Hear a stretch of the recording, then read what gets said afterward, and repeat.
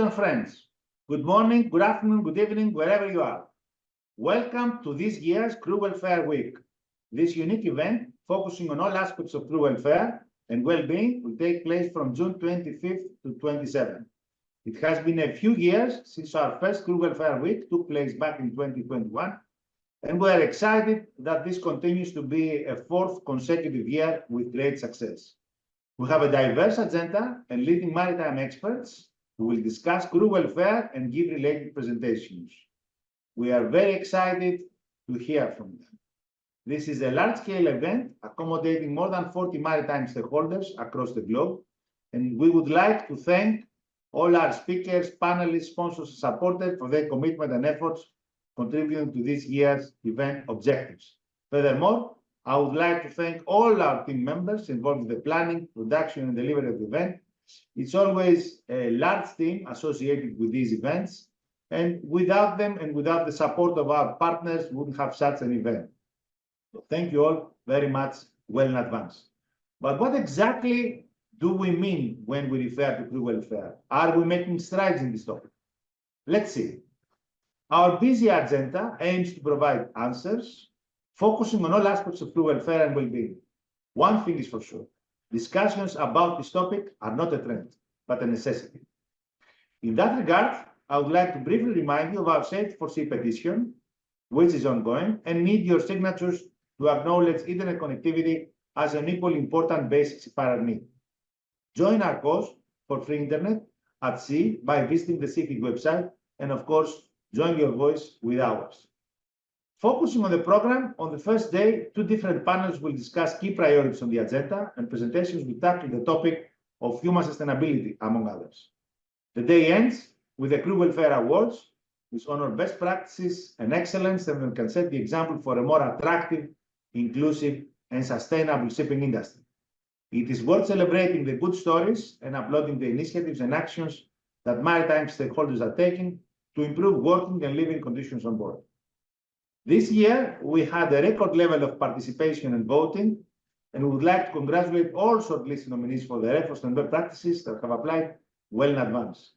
Despite the fact that the awards may go in a number of directions, we have to, acknowledge that all shortlisted nominees are equally, making the best of their efforts on the road to excellence.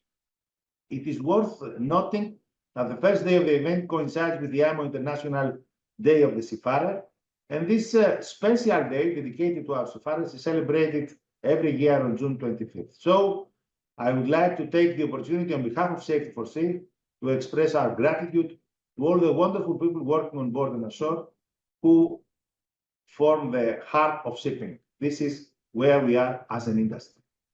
As IMO Secretary General Mr. Arsenio Dominguez correctly pointed out, without seafarers there will be no shipping and therefore no trade. And here at Safety for Sea, we applaud seafarers' work and through several initiatives strive to make them feel valued and appreciated. This is why we decided to host this dedicated event every June, more or less coinciding with the Day of the Seafarer. It is a must-watch event, so stay with us for an insightful discussion and panels and updates around the topic of crew welfare. Now, let's hear a message from the IMO Secretary General, Mr. Arsenio Dominguez, who calls the industry once again at this time of the year to celebrate the International Day of the Seafarer on June 25th, and for seafarers to share their best safety tips at sea, whether it's gear they wear or the training they receive. Thank you all very much, and let's move on with the program.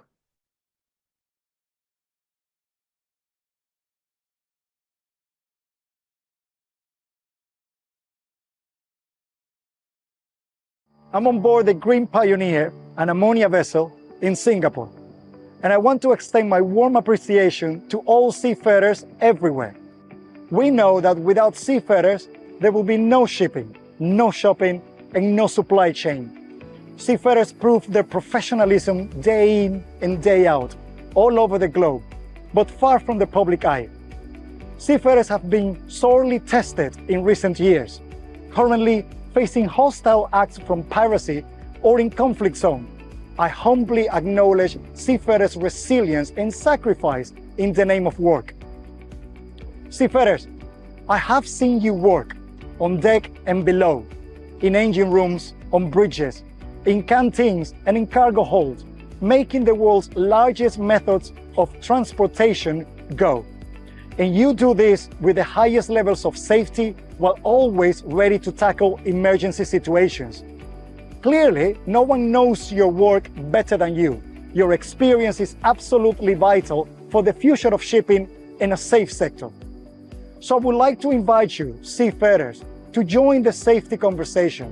We want to hear from you.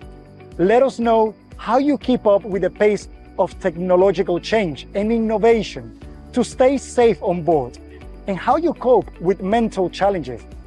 I invite you to share your photos to top tips for safety at sea.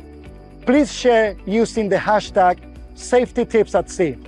I look forward to seeing your post. Wherever you are, at sea or at home, I wish you a happy International Day of the Seafarer.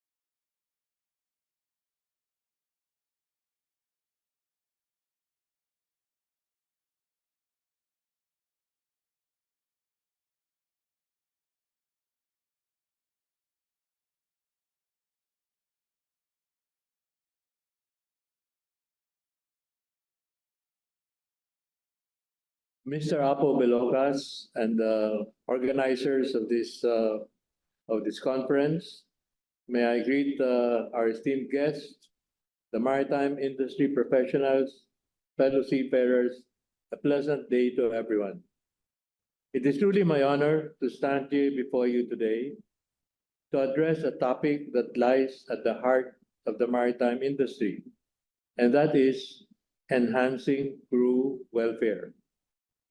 As we embark on this journey together, let us navigate the waves of change and innovation to ensure that the well-being of our seafarers remains a top priority in maritime operations.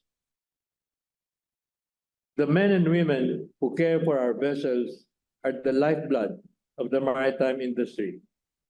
Their dedication, their resilience, and their expertise keep our ships afloat and our global trade flowing smoothly. Ladies and gentlemen, the seafarers, they move the world. However, the nature of their work presents unique challenges that can impact their physical, mental, and emotional well-being. Ensuring the welfare of our crew members is not just a moral imperative, it is also crucial for the safety, efficiency, and sustainability of maritime operations, because a happy and healthy crew is more productive, more engaged, and better equipped to handle the demands of life at sea. So how can we enhance crew welfare in maritime operations? And here are a few areas that we should focus on. The first is, of course, health and safety, and that is implementing a robust health and safety protocol. We should be able to provide access, easy access for quality health care, and promote a culture of safety on board.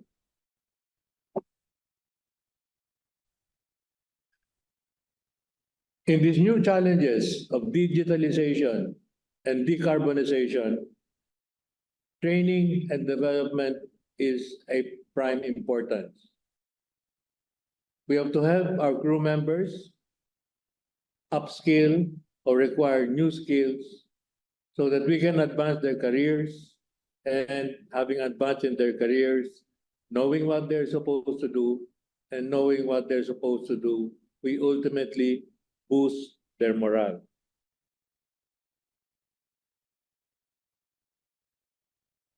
Communications and connectivity, I think, are prime requirements in seafaring today. Almost everyone wants to be connected to their families, to their friends, sometimes connecting too much, and there should be some controls here as well. But in communications and connectivity, that should facilitate, we should facilitate regular communications with loved ones. We should also give access to reliable internet and communication services, of course, not very expensive, hopefully, and combat feelings of isolation and improve mental well-being. I think you realize that aboard ship, there are many that are sulking in their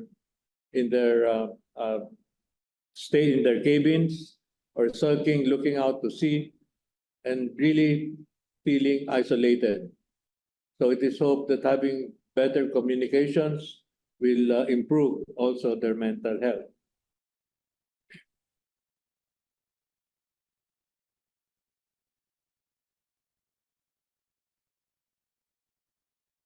Inclusivity is a key word in not only in the United Nations sustainable goals, even in IMO. It's important that we promote diversity, inclusion, cultural awareness on board, so that we can create a supportive environment where all crew members feel valued and respected.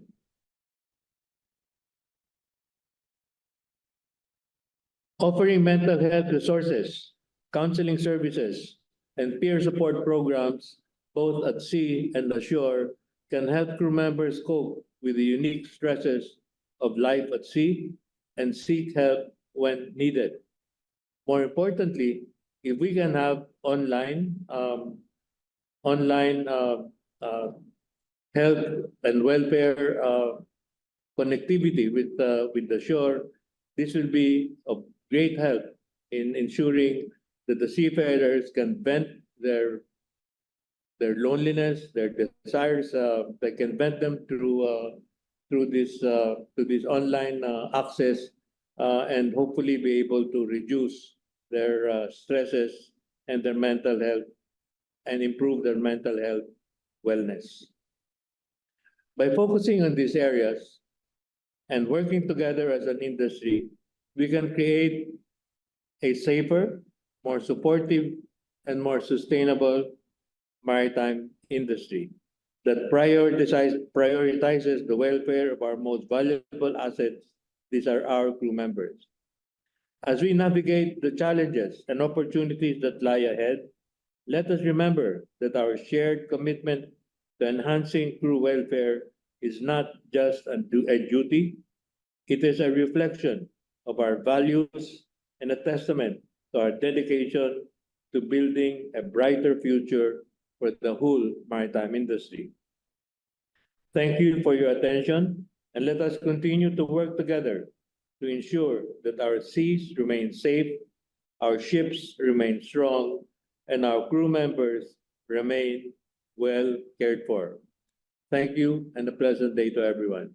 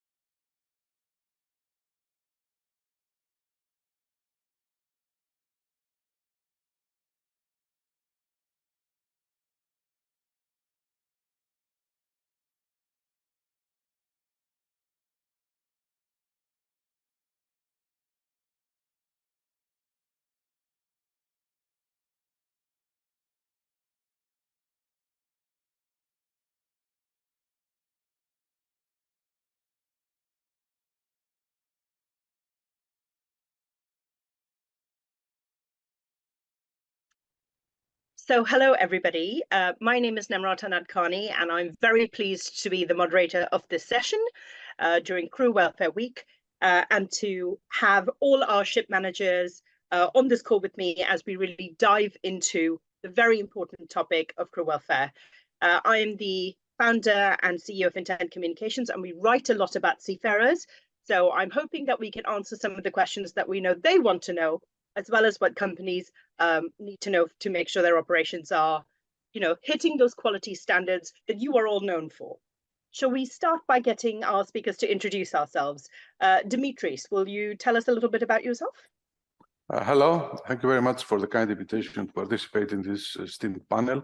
My name is Dimitris Patrikios. I work for V-Ships Greece, and I'm advisor to the managing director. Thank you. Wonderful. Shivanand? Hi, my name is Shivanand Ray. I represent Pacific Basin. I'm the global head of crewing for Pacific Basin, and we do crewing from Manila, Mumbai, and Dalian predominantly. Wonderful. Priyanka? Hi all, and thank you so much for inviting me. I am Priyanka Gupta. I work for Ship Management. I am HR Director of Crew Management Offices, and I'm also heading Wellbeing Department for Seafarers, which are catering up to more than 30,000 seafarers. That's quite a few. And of course, we have our final speaker, Captain Fauzi. Yeah, nice to meet you all. Thanks for the invitation. I'm the Group Director of Crewing and Training at Columbia Ship Management. I'm based in Limassol and overlooking a pool of more than 22,000 seafarers as well. Excellent. And of course, welcome to our audience. Thank you for joining us today. And we hope that you enjoyed the discussion. So to kick off the conversation, shall we perhaps have a look at what are the hot topics on your current crew welfare radar for all our speakers? So what do you think is really important? What's kind of keeping you awake at night? And what do you think the industry should be focused on? Shall we start with you, Shivanand? And then I'm going to come to the others as well. Yeah, Namrata, actually, the main issue with crew welfare and the focus area is, I feel, is mental health and well-being. This has basically become a focus area just after COVID or maybe during COVID. And for years, actually, I feel that we've been neglecting this topic, and it's very sensitive, and this can lead to suicides and other issues. So we have realized this, the magnitude of this problem, whether we address it or not. It's again, I feel there's no choice but to address it, because otherwise, it will have a long-lasting negative impact on the seafarer's mental health, and of course, it will translate back to his performance on board. So what I see is basically crew welfare is predominantly, as I said, focusing on mental health. So various issues and various programs and provisions are being made, by a lot of ship managers and owners to address this issue, trying to keep the happiness quotient, if you'd say, high for the seafarers by giving them better internet connectivity, music bands on board, and gyms on board to keep them physically and mentally agile, apart from the physical work they do.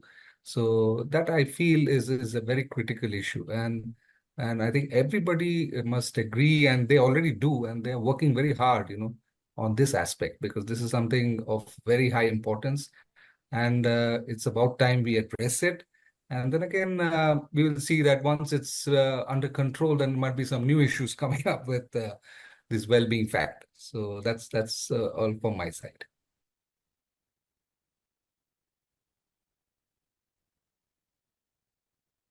I think internet connection.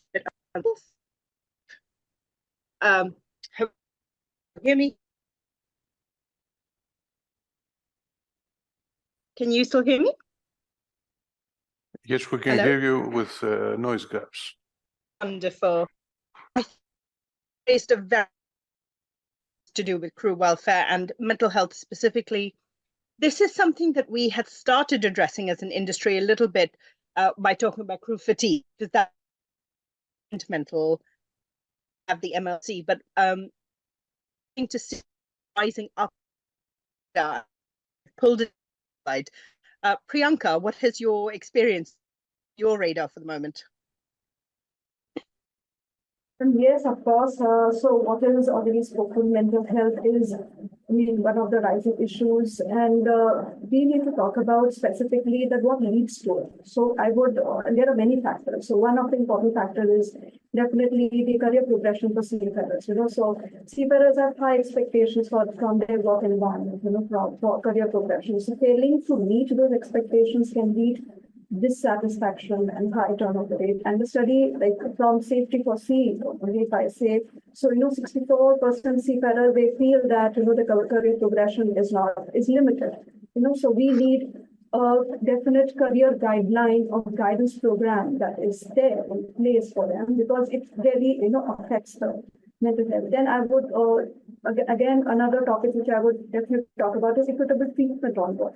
So there should be softening of hierarchies on board. So this is leading, a lot of problems are coming, interpersonal issues which are arising because of that, because of the power distances on board. Okay, so I think that is very, addressing the systemic, deep-rooted issue is very important, for improving the crew relation, well-being, through morale, overall morale on board. So complaints, this will really decrease the, rising complaints, which are there, which we are handling every day in and day out through our platforms, which are open. And I think not only Anglo-Eastern, a lot of organizations, many big organizations have opened a lot of platforms through which they can hear, talk, write, where people can be ready, feedback is taken and addressed. So mental well-being is a very big issue, but we have to break down on what, which aspects we need to really talk about. That's super interesting. And I think you're absolutely right. People need that reassurance to know where their careers are headed. They need to know that, if you're on board for a long time, that you get along with your colleagues, but also that a company cares that you get along with your colleagues, right? That kind of structure. And I think that's a really interesting point.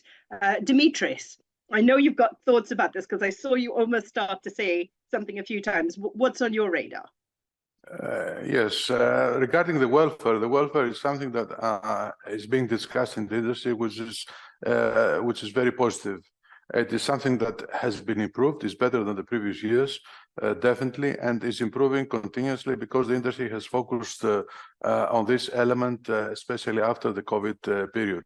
We have seen how important, we know in our industry, the importance of our human capital, but it was also the outside of the industry. They have appreciated the work of the seafarers, and a part of this, the seafarers were saying that a happy ship is a safe ship, and when we have happy people on board the ship and we take care of them, and as Priyanka said, we try to create for them a career path for development, which is very open and very visible, and with open channels of communication, is something that they are looking for.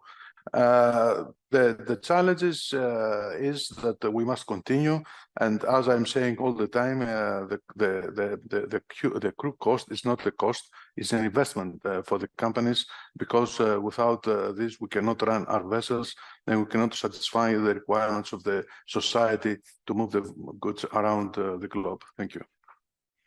I think, again, some really interesting points, and I liked the fact that you said that you talked about costs, right? Because we often use a lot of business language when we talk about our seafarers. We talk about them, and obviously not the people on this call, but I know that as an industry, we often will say, they're a cost center, and we talk about them in the same way that we talk about investing in machinery. But we're human beings who have good days and bad days. And Priyanka, as you mentioned, interpersonal conflict is a real issue, right? You have different cultures coming together. There might be clashes. People might not like the food, although, I know that ships are for amazing Indian food, and I'm from India, so I'm biased. But what I really would be interested in knowing is, Fauzi, how you, obviously having been a captain as well, what's on your radar? What's been kind of pinging for you? Yeah, thanks, Murat. I think, of course, cost is a factor. We are doing business, and we have a relation with the ship owners, and we need to explain why is this cost and what's the benefit out of this cost. And I think most of the ship owners, they're very understanding once you explain the return of investment and the benefit to the seafarers. I don't think our industry is negative in general, we are very positive about supporting our crew, but we just need to agree on which actions are needed here. Because we talk a lot about well-being and mental health. I think all my colleagues agree with me. We're basically saying the same thing, all of us. But I think we should deliver to the seafarers. We should give the seafarers very good internet connectivity. This is a must today.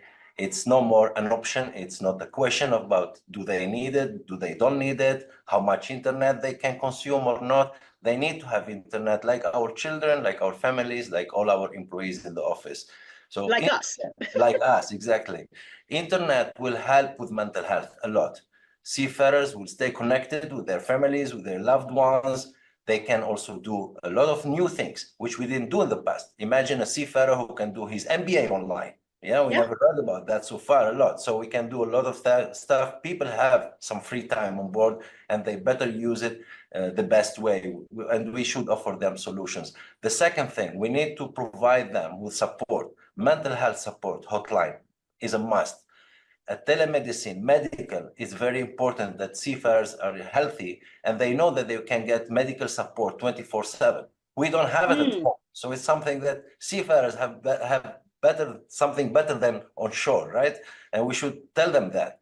And I think we should also give them solutions for entertainment and physical health. So they should have access to, to streaming videos. They should have access to good gym equipment.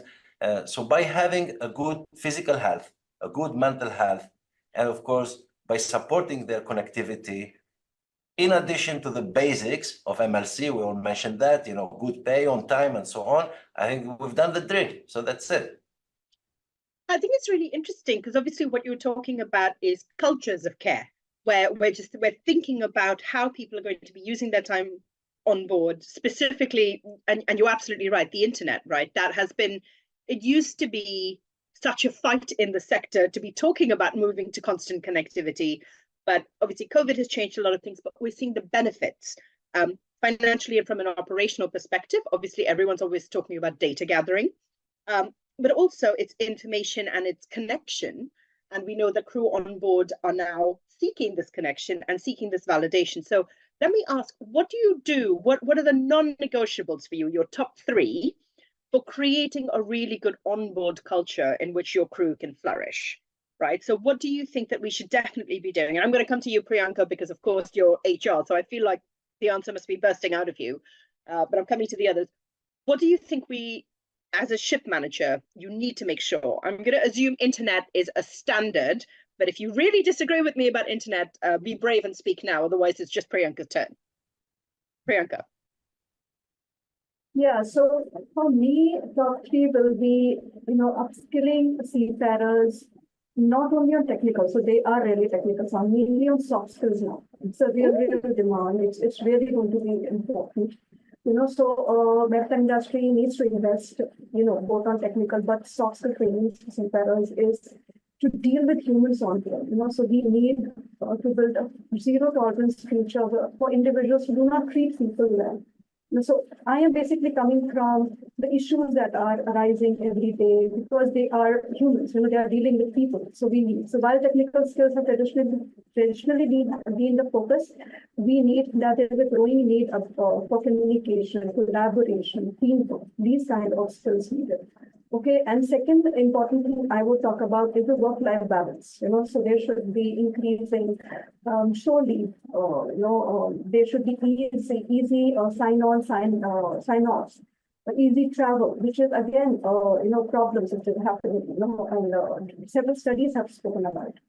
And third, which I really agree with you, is digital inclusion. So Starlinks, is one example that can significantly enhance internet connectivity on board, providing better entertainment, like what is already spoken about, enabling seafarers to stay connected with families, improved connectivity to facilitate, studies or any entertainment that they want. So, so for me, yes, these are the top 3 things on my agenda. I mean, I think you've named some really good ones, so it's going to be a hard one to follow. Who wants to go next? Shivanand, I can see that you're unmuted, so I'm going to pull you in. Yeah, actually, I very much agree with Priyanka. It's a very valid point she has pointed out. But I would just like to add on, that apart from soft skills, which is very important for team building and other factors on board, but what is happening is now there are a lot of technological advancements, and with this decarbonization coming in, new equipment like scrubbers, and you have a ballast water treatment system. Now you're going to have different kind of fuels. So this causes a lot of stress on our present seafarers, So it challenges them technically. And if you see the senior officers and engineers, they're already at the end of their learning curve, So it's very difficult to learn new things. You can't really help, We all are growing old, so our learning curve is plateaued, So yeah, so we need to really pitch in on those factors. So certain things we need to give them in smaller packets, which they can absorb and and imbibe and then use it for the operational issues, so that we avoid that stress of not knowing something or not being able to operate something. That really affects them, because these are things which they haven't learned in their universities 20 years back or during their competency exams, which were cleared many years back. So these are advancements they need to connect to. So that is important, I feel. And of course, most important thing, what I feel for the crew is you should have a sort of a safety culture or a just culture kind of a environment where he's not stressed out of this blaming, or he's not stressed out in doing any job and feels that if I end up in an accident or something, what will happen to me? So if that environment, thrives with a very good safety culture, so it really opens up his mind. He works freely without any fear. So this is something, I think, is a very big giveaway a company can give to a seafarer, because at the end of the day, we must understand this is a very hazardous zone. Shipping is not everybody's cup of tea. So, and it's very hazardous. People are away from their families. The mind is halfway, with the family, halfway all the job. So it's very human to, waver between two extremes, home and workplace. And he doesn't get to de-stress or, reconnect with his family for a very long time. But that has an impact. So the culture on board can really, propel his way of working, and then, and then give him some sort of a mental peace, So these two things are very important for me. And of course, well-being and mental health is always there. There's no two way about it. So that's very, very important. So and I think you raised these three things I think we should be focusing on. It's very, very important in my opinion. So it's obviously, as somebody who's a big fan of diversity, I'm just going to say, reminder that some seafarers can be women, so not always default to he. Sorry, okay. My apologies. No, and I get it, right?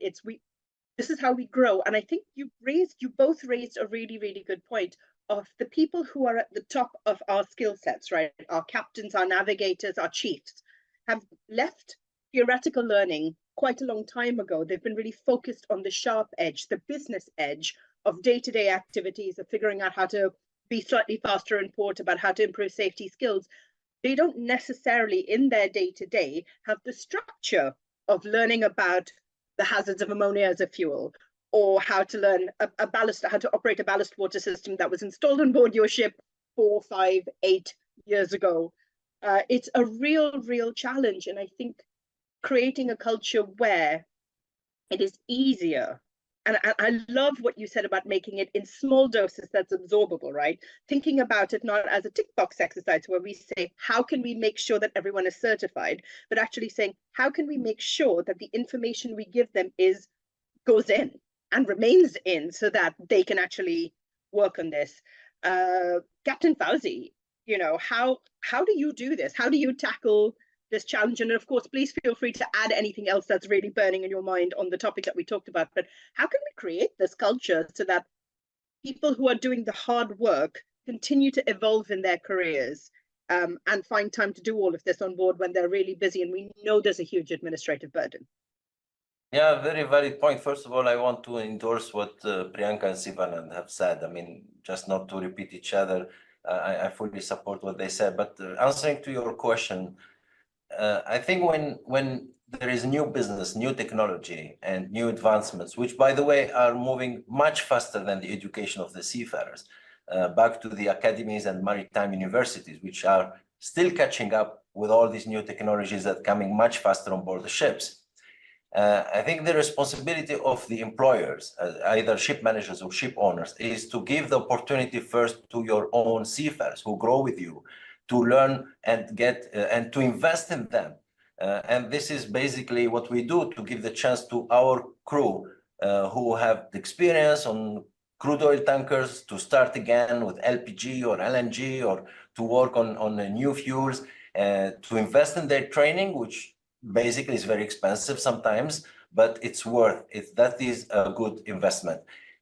So these are crew who are familiar with your management system, crew who perform it very well, like you said, who worked very hard. And the list of recognition we can do for them is to encourage them to develop their career and learn something new. That is a cost, that is an investment, and I think it's worth, exactly, it's very worth, and I think many of us have done it and still doing it, and that's something that opens new windows for them and new opportunities for them. No, that makes absolute sense. And Dimitris, I wanted to pull you in and just say, we're talking about getting seafarers upskilled, which is a point that all of our speakers have brought up so far. How do we make sure that they feel buy-in to this concept? What do you think is that magic piece of the formula so that we make investments in them and they also feel listened to and properly supported, and not like they're being given homework to do in, the 20 minutes of time when they could be WhatsApping their family, they're asked to do a module? How do we make sure that they feel like this is good for them and that it will benefit everybody? You're on mute. Firstly, I would like to say that all the views that Priyanka, Sivanand, and my friend Fauzi said, that resonate with me, all the views. What I would like to conclude these things for the seafarers, that we must take care of them. And as we take care of our children, as we take care of our families. And by saying this, when we raise a kid, we try to provide the kid with the future, what he or she do for having a good job in the future, what kind of studies, how to develop. And when he's grown up and he's going to university, then we'll try to assist him how to move forward in the life. The same way we must work with our seafarers. We must listen to them, we must take care of them. And the most important thing is to communicate properly. Communication is very important. And communication is not just sending emails or posters or circulars. The communication is to have a live conversation with the seafarers and try to understand their needs, try to understand what messages they are relaying to us in order to adapt our policies, to adapt our mindset towards the needs the present society has. You mentioned about the internet. Internet is something which is, of course, has positive things, but has never negative things. Even with the internet, we must educate them how to use it properly, because internet brings the problems of the shore on board the ships. And sometimes they cannot manage all these things. They create mental problems. They create anxiety, and they are not focused on the job they are doing on board. So we must educate them and we must train them, as is said by the previous speakers. Thank you. I think you raise a really good point, and I think it's interesting that you used the concept of a child, right? Because we have children, not all of us, but when you're working with children, you can't protect them from the world, at past a certain point. So we have to give them the skills to cope with good news and bad news and challenges. And I think one of the points, in fact, Priyanka, I think you mentioned this early on, is support systems. So if somebody has anxiety, they should know where in the company they should call somebody, or what resources you have, employee support systems, and not just expecting people. And obviously, Dimitris, I don't think that this is what you were saying, but I know that some ship operators I've spoken to before said if we restrict the internet, they only get bad news on shore, and that's okay. And I was like, well, no, then they have anxiety of not knowing what's happening on shore, right? You missed the bad of my child has broken their arm, but you also missed the good. My child got a first in their education and they're graduating with something nice. So it was their birthday. So I think there's this interesting balance. And Sivanand, I can see you nodding along, so I'm going to pull you in. And then Captain Fauzi, I'm coming to you. Yes, I'm not saying that we must restrict the internet. Oh, no, absolutely not. This is why I specifically said not you. Yes, yes.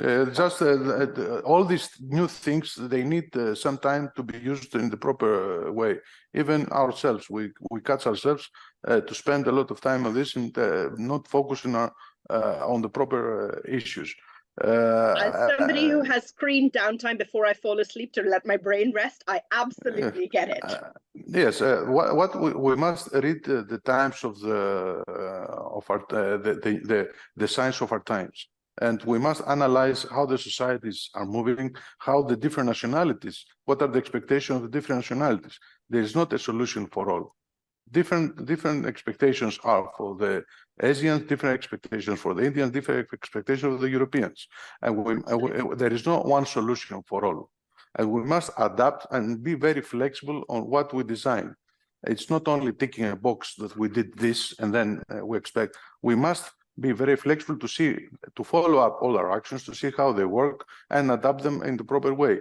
And as I said, the most important thing is to have a happy seafarer, because a happy seafarer is a safe seafarer. And of course, as we mentioned again, that we must try to develop the seafarer in the future needs, to be next to him, to assist him. Thank you. No, absolutely. And I think, again, as I said, and Shivananda, I'm just coming to you, just the point that you made where one size does not fit all is spot on. And we know that even with training, right? Like not all people can read something. And as you said, you can't just send them a circular and say, well, tick, I've told them that the dangers of doing X, Y, and Z. I think you've got to make sure it's landed, that it's resonating. So Shivananda, I'm going to pull you in. How do we do this? Yeah, that is actually very challenging. And Dimitri also actually pointed out that, it's not a one size fits all kind of a thing. Can't be. And even with internet, I would really like to add, for Filipinos, at least they spend the maximum time on social media. So internet is important and they tend to overdo it. But then again, it's that discipline which I think they build over time. They see that their rest hours are getting affected. So they will automatically adjust because they are mature people. They're not like kids. So they see that the discipline on board has to be maintained. So it works out. And again, if you're asking about these new training methods and other things, the buy-in is very important and very difficult, actually. Especially with senior people, they have this know-it-all attitude, which is, again, normal because of their vast experience. And again, which I pointed out, their plateaued learning curve. They want to learn, but they can't expose their weaknesses and not able to grasp the ideas. So that's where this concept of micro-learning and providing an easier absorbable packets. So that's one key factor. And then again, convincing them is very critical. Convincing them that this is really going to benefit, and without this, you might have issues. So that's again a challenge. And what we have seen is generally they're not. They would initially be reluctant to training or accepting training, but then they realize, that this really helps them, to have a safe environment. It assists them in the risk management for all the jobs they do. So this is actually then slowly that buy-in sets in. It comes with some hindrance in the beginning, but generally, yes, we do see it setting in slowly. And having said that, I recruit about 250 cadets every year from, Philippines, China, India. What I've been seeing is, there's a general attitude of these educational institutes to just push these cadets on board and give an intention or an impression that they will learn everything on board. So that is, again, very difficult because we need to, again, engage with these educational institutes right from the beginning. So we prepare them mentally. Otherwise, when they go on board, they're so overwhelmed with this machinery. It's like, just putting them out of a college into a factory with so many machinery. So they're like shocked. But it's not just that, right? There's the culture shock as well. You're away from your friends, you're away from your family. Absolutely. You have to prove to your employer. There's all this self-imposed pressure to be like, I need to be the best so I get given opportunities with my ticket. Yeah, I absolutely see it. Priyanka, I can see that you put your hand up, so I know you have something to add. And then Captain Fauzi, I'm coming to you. Yeah, just one point and very valid points made. And I just want to say that with this, we need to have active listening and problem solving. So they are, being trained, they are being given capsules. And so there should be active listening to their challenges, providing them with effective solution, is important. Prompt problem solving is important. So just wanted to add that this is also going to go hand in hand with whatever we are teaching them. So it is important that we listen to them and solve their queries, solve their answers, have platforms, open forums, or have continuous surveys, or some channels through which we take their feedback and work on them. But I think it's a really good point that you actually brought about this two-way communication. And I think it was brought up before as well, where we all said, we need to listen to them. One size doesn't fit all, because otherwise it's very. If it's just communication where we say this is what it is, we don't know if it's actually working. And sometimes the ways in which we think something could be affecting them, it might actually be something different, right? We can't know because the world is changing. And as we pointed out, so many different nationalities, so many different, people with different experiences, people who came from wealthier backgrounds who don't have to worry about certain things, people who come from countries where they're like, something's happened in my country and now I'm really actively worried about my family's emotional and physical and financial well-being. It really, really is a challenge. So Captain Fauzi, the easy question comes to you. How do we do it well? Yeah, thank you for the easy question. But well, we are very diverse and we want to become even more diverse, right? By employing more female seafarers from different backgrounds, different nationalities, religions, whatsoever. So, but let's remember that we are all human, and yes, we are sometimes talking about basic needs, literally. So we are not like really advanced so much, and this is where comes the HR concept of managing seafarers. We are going away from the conservative classic crew management style of handling crew. We are more now about human resources management and looking after seafarers from central position and also local position. And this is why most of our companies, they have representation in the local areas where they recruit and employ seafarers. So there is the understanding, the local understanding of cultural needs. We have it. That's why we are so diverse. Even in one ship management company, you can find sometimes 30, 40 different nationalities. So people have thought about that already. What we need to, I think, focus on is to provide the seafarers with the basic needs, which are universally wanted and accepted by everyone. For example, we ran a survey recently with about 4,000 seafarers who participated, and number one demand was better internet. Number two demand was more gym equipment.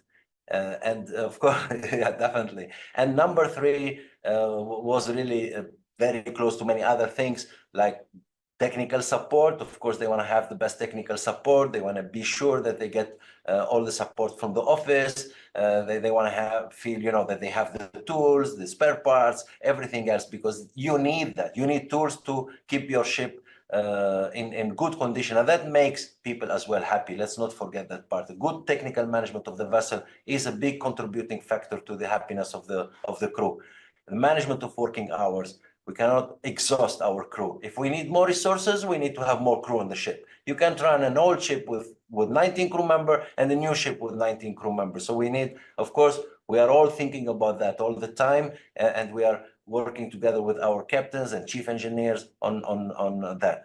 So let's focus on the basics. Let's give our crew the basics. I agree with Dimitris. We need to do cybersecurity training. They need to be aware about, harassment, bullying, anything that can come out of the internet or on board. Thank you. I think it's a great point that you're making in terms of asking them what they want and then actually responding to what they want and then checking that it's working, as I think we mentioned before. And I think the personal safety aspect, this bullying, this cultural touch points that we've all talked about, and I know Priyanka's talked about, and Dimitri, I saw that you put your hand up, so I'm coming to you in a second. I just wanted to also talk about the fact that we need to listen to the charities that are out there in the sector that are doing a lot of research and a lot of work. And I know that companies like Mission Seafarers and IceBond and everyone are also getting these pieces of the puzzle so that we can work together. And I know that, for example, IceBond's about to launch a big campaign for personal safety of women seafarers. But it's really interesting because the campaign is focused on buy-in from men. It's about male allyship and showing that we want to make this inclusive. So I think it's the conversations that we're having now are very, very different to the conversations we had when I joined the industry 20 years ago. And Fauzi, you talked about it, right? I think the bridge between ship and shore has gotten shorter at the very least, where we're talking about them as if human resources. We're not like our seafarers at sea with the captain as their leader managing themselves completely. We're like, we will support you. We will think it through. Dimitris, I know you had something to add, so I'm going to pull you in. Yes, we live now in a very transparent world. It's not like the world when I joined the industry 5 years ago, and the crewing department were named that time manic departments. That is manic department, that is to find a man with a certificate and to put him on board the ships.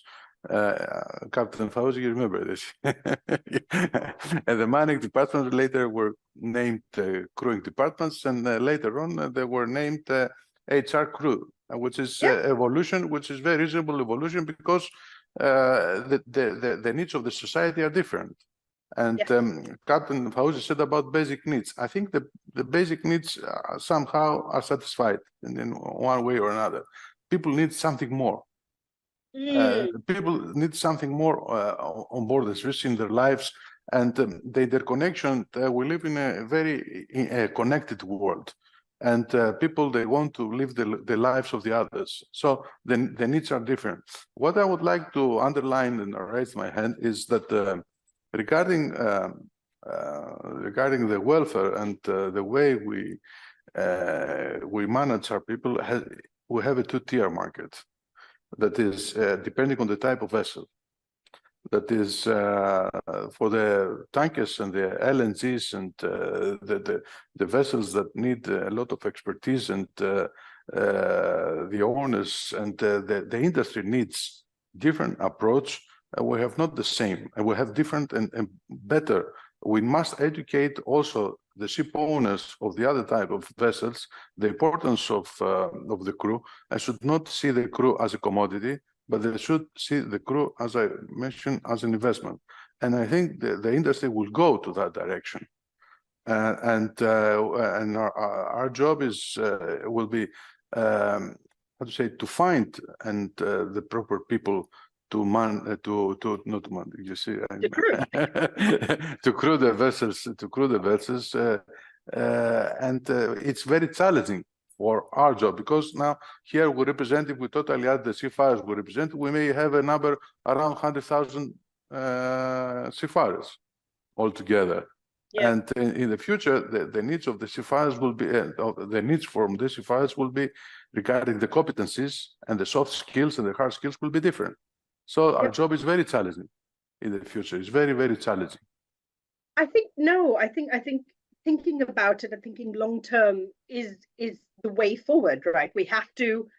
We're talking about decarbonization. We're talking about increased digitalization. We're talking about cybersecurity threats. We know that there's some challenging conditions for people to travel through, particularly if you're looking at the Red Sea, or if you're looking at the South China Sea, or some other areas where there's very fraught geopolitical tensions, or off the coast of Somalia. So I think making sure that people feel that they have the skills, making sure that we're recruiting people and preparing them properly for life at sea, and letting them know that we have their best interests at heart, that if they are upskilled and do well at sea, we all do well together. It's just such a powerful message of buy-in from you as well.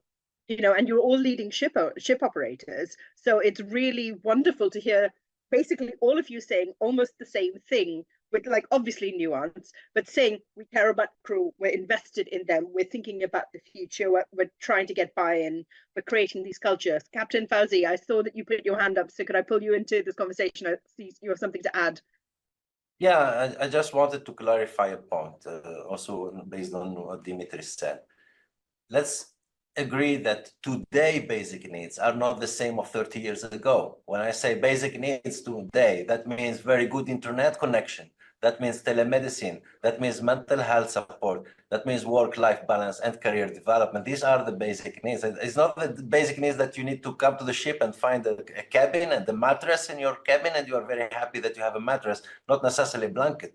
But these are days we don't even want to think about them. They're gone long time ago. But today needs for Generation Z and new generations and even us, let's not separate between generations. Even we have changed. All of us have, smartphone, have this and that. So we need to have these things available. And if I take the opportunity to answer also to you, to comment on what you just said about the new challenges today in the world and in the industry, definitely seafarers need to feel safe.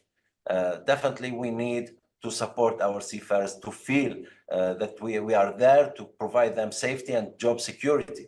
Whatever happening around the world affects us in our business, but affects our seafarers a lot. So providing the proper compensation, providing the freedom of choice to the seafarers, complying with international guidelines and best practices for security, and also letting seafarers decide whether they want to stay or they want to go, and accept that in a good manner. Of course, this is what we want to do, and definitely our seafarers remain very brave.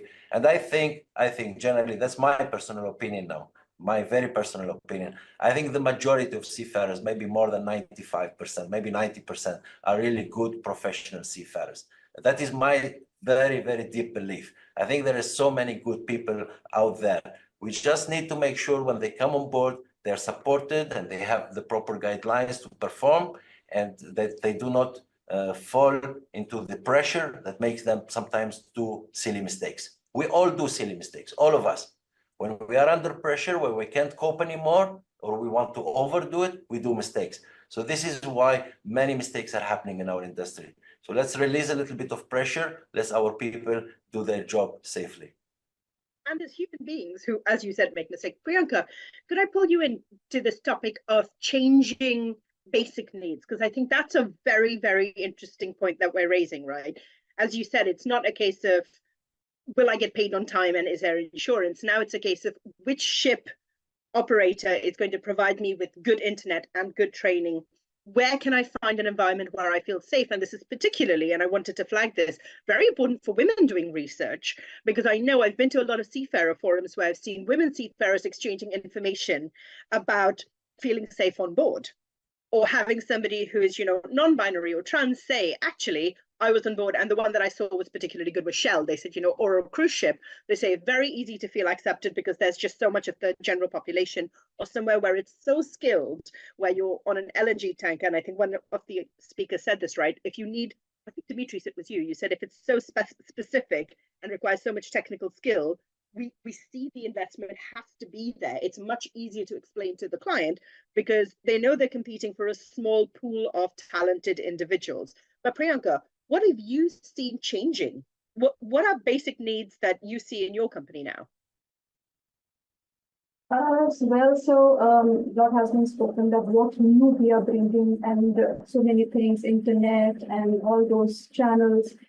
What I feel, the things that have still not changed, are, like we have the system where we have this forum where people can, put their questions anonymously, and we are answering them in 48 hours. So we are seeing this trend, and we see this trend is not coming down. Like so many problems that they're having, complaints that they're having, so they're not coming down. So that trend is not coming down. So we really need to focus on the onboard environment, onboard interpersonal issues, And second thing that's important about the things that we need to focus is fatigue on board. So we need the industry effort where, we should bring it close to the maybe airline industry, where the rest are really, really monitored, So we need to be really, monitoring the rest of the people, taking care of their well-being, and from that aspect. So, there's a study from the Nautical Institute, that risk of accidents can be reduced at least by 20% if the fatigue is managed, properly on board. So, I think, I don't know if I have already answered your question, so can you just repeat once again so that I can frame it No, up? I think you're right. Like you're talking about, I think, because my question was, what are the basic needs? And what you're talking about is listening to what will make seafarers' lives better and addressing that. And I think that's a really interesting one, right? Because if we talking about addressing fatigue as a basic need is really good, because it's often, we see it as kind of meeting compliance. It's meeting FGCW needs, it's meeting MLC needs, it's making sure that our insurers aren't upset, it's making sure that your logbooks are in good nick. But actually, a 20% increase in safety is fantastic, right? Yes. So, Namrata, I actually wanted to bring this issue up because, we are watching the trends very closely since, many years, and we are seeing that these problems are not coming down. So we are bringing technology, we're bringing, more trained staff, we are bringing all those kind of things, we are bringing channels. But these basic things are, really need to be brought down and improved on the. And I think, we've talked a lot, and I think a couple of you have mentioned Generation Z. You were talking about Generation Alpha, younger people, pulling them into the sector. I want to know, what has been your most successful tactic to get the younger generation interested in our industry? I'm always curious as to what you think is working. So Shivanand, shall we come to you first, and then we'll just go around? Yeah, now that the biggest challenge is to orient this Generation Z and the millennials. The older guys like me, it's very easy. Pay the money, they will do the work. So it's easy to handle us. But then, yes, it is very challenging to really encourage this new generation. So what we have focused on is to show them a career pathway. What kind of offshoots they can see as they progress, because we do not expect them to work for 20 years, 30 years, because they have a very short-term, career. Actually, they want to change jobs, they want to look at other options, try out. So when we show them some clear pathway that you can exit this line, you don't really necessarily have to become a master or a chief engineer. You can exit at second mate or a second engineer, and then there are various short options. Can I check, when you say career pathway, do you actually mean, like, a pathway is often a straight thing? Do you actually mean more career options? Like options, yeah. Crossroads. Oh, very interesting. Yeah. Please continue.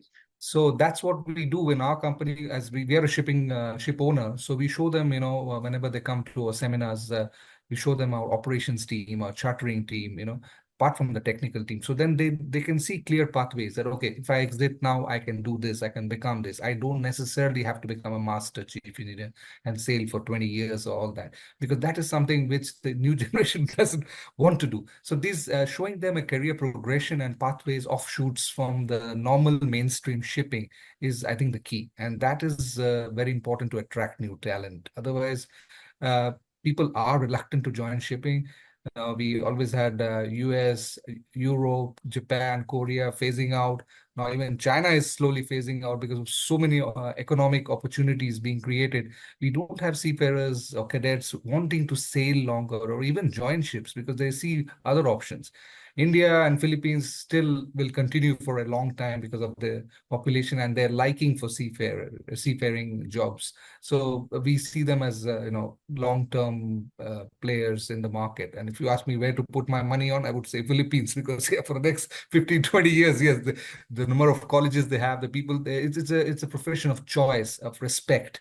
So that is something, that is what we need to show to our new generation, especially the millennials. And just adding on to this basic needs, I've seen a new trend developing. It's not only about money or well-being and other factors.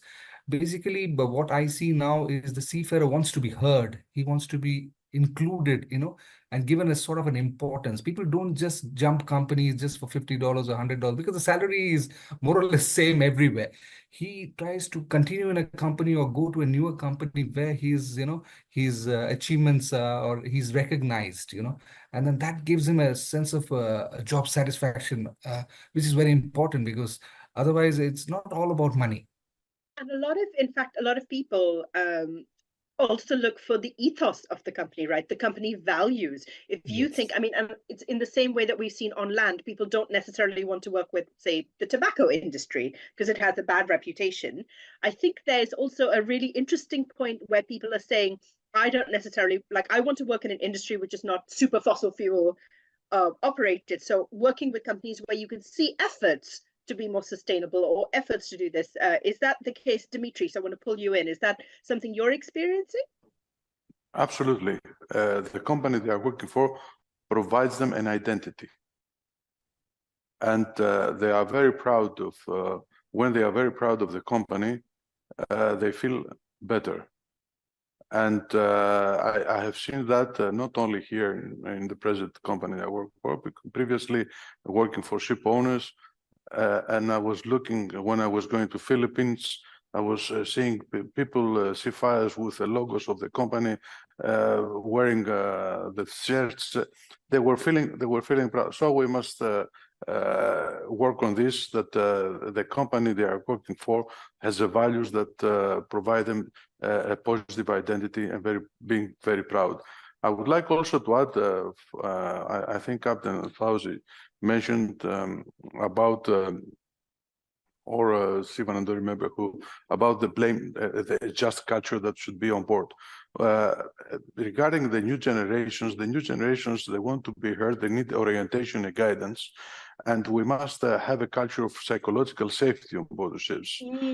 Psychological safety for people to be open, to have, not to be afraid to speak up, and to provide them the means to speak up, and the companies to be ready to listen, as it was mentioned, to all these things, and to have two-way communication. It's very important to realize that this is not only just something written in the manual, but it's something that is practiced in reality.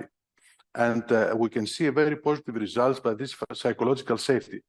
I believe it very much. I come with a background in the tanker industry, and I have seen that many issues that previously were hidden from the office were because people were afraid to speak. Were afraid, and we couldn't find incidents or near misses on board the ships, and improve and find the root cause of all these things in order to improve the procedures, to train the people, etc., etc. Psychologically, safety environment is very important for the culture on board the ships to accommodate also the requirements of the new generation, apart of all the other things, of course. Thank you. 100%. And I think you're right. Like, you know, people need to, like, if we're saying we want two-way communication, people have to feel safe to tell you if you're getting it right, or especially if you're getting it wrong. And this notion previously, we used to talk about it a lot. I used to write for a number of safety publications, was that people didn't feel that they could challenge their chiefs or their chief officers. It was scary to have to say to somebody who'd worked with the person you're accusing for 18 years across different ships, I think this person is unsafe to work with. I think this person's doing something not correct. There's so much capital you have to invest, and you have to make it okay. Captain Fauzi, could you speak to how you're pulling people into our sector, and also about this point of psychological safety? Because I could see you nodding.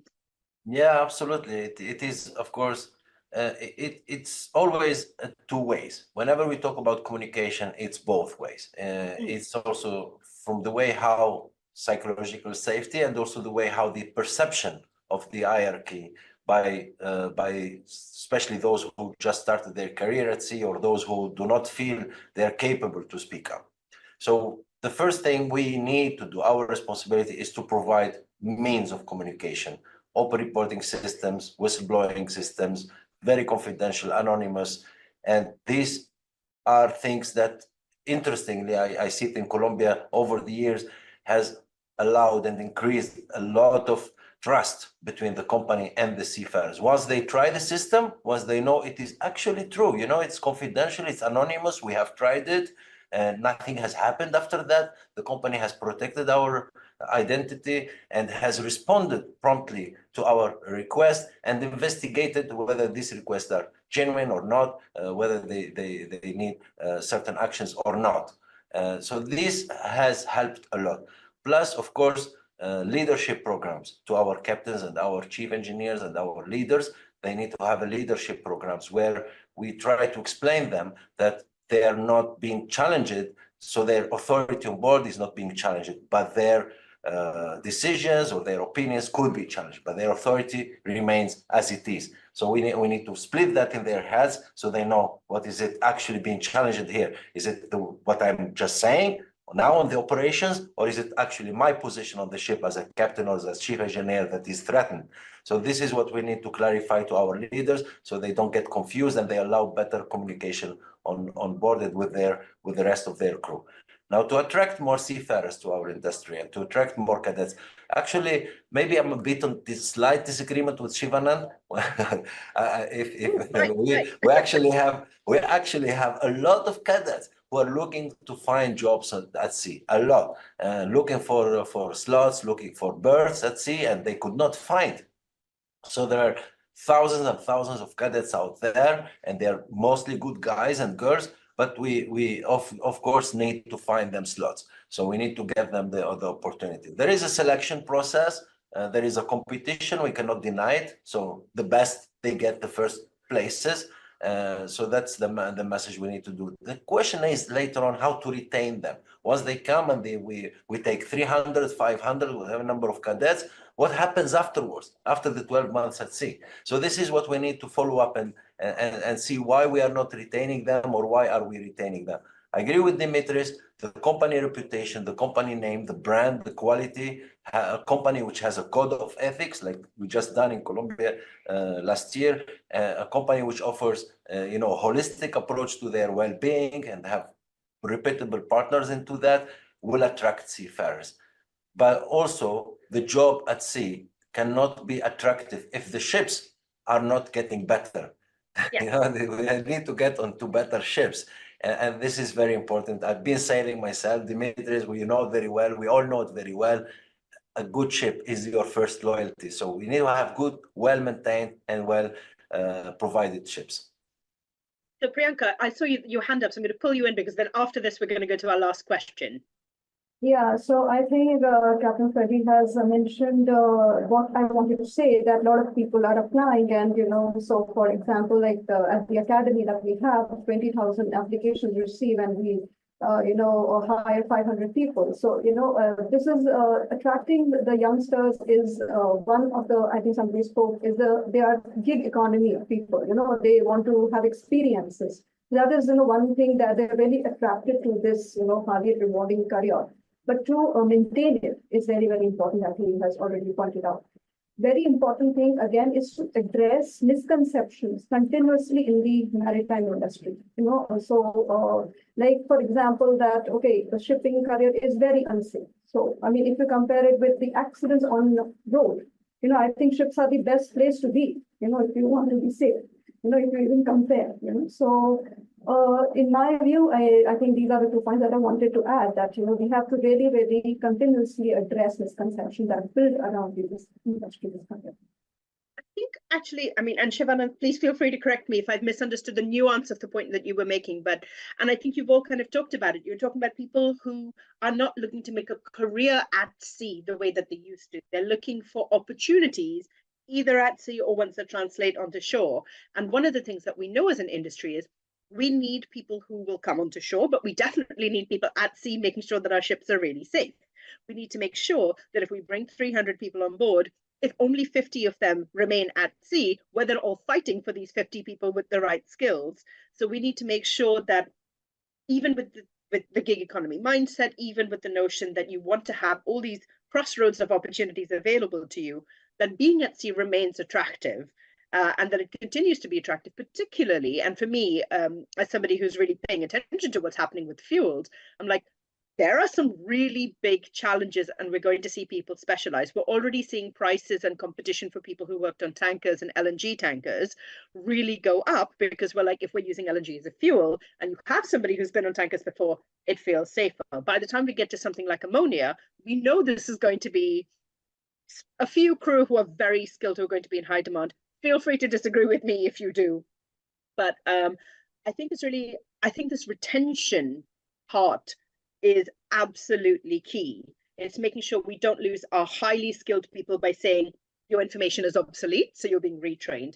It's by making sure people feel listened to, so that it's not like you came on board, your basic needs we've met them, that's it. We're saying, no, we're going above and beyond. We're making sure that you have these systems. It's by saying you have opportunities. If this doesn't suit you, you can go to shore and there's a potential for you to go back to sea if you want to retain your ticket. It's by saying, we're doing things to make sure there's not bullying on board and making sure that there's diverse cultures. I think, this is just such a good example of best practice. But our last question today, because I'm aware we're running out of time, and I want to know what you want to say to everybody who's watching and everyone in our industry, because the Day of the Seafarer is almost here. It is the 25th of June every year. What, in one sentence or just one point, do you want people to know? And I'm going to go randomly. Fauzi, Captain Fauzi will come to you, then Priyanka, then Shivan, and then Dimitris. All right, in one sentence is quite challenging, to be honest. My job as the moderator to ask tough questions. Okay. I believe that seafarers have a lot of opportunity going forward. I was one of the I spent my life sailing on LPG, chemical tankers and tankers. And I was extremely happy when I saw these new fuels coming in and affecting also dry fleet. So, well, finally, every vessel will become a tanker. So the tankers, they have very high safety standards. So I'm happy for the seafarers that we're moving towards this direction. And I believe these new technologies, they will make the ships requiring and demanding the highest safety standards. And that's good for everyone, for the environment, for the seafarers, for all of us. Perfect, wonderful. Who did I say was going next? Shivanand, I think, and then Priyanka and Dimitris.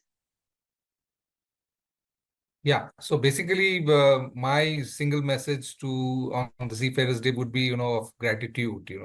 That is very important for me. And it was in the COVID times when actually the whole world realized what a seafarer is, what he's doing in the background, and then how he really basically he's driving, or he or she, the seafarers are driving this economy, behind the scenes, which nobody realizes.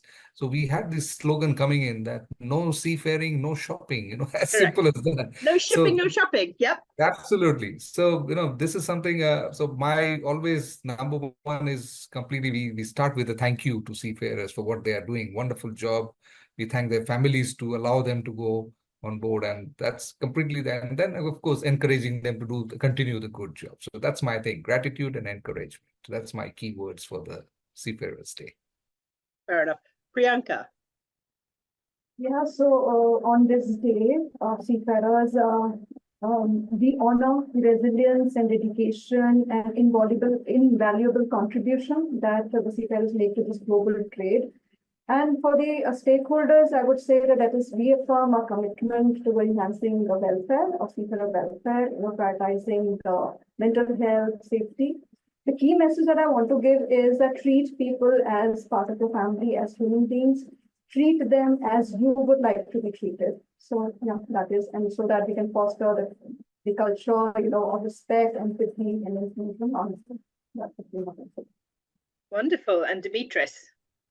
Yes, speaking the last one, I tried, of course, all the other comments resonate with me and I agree with them.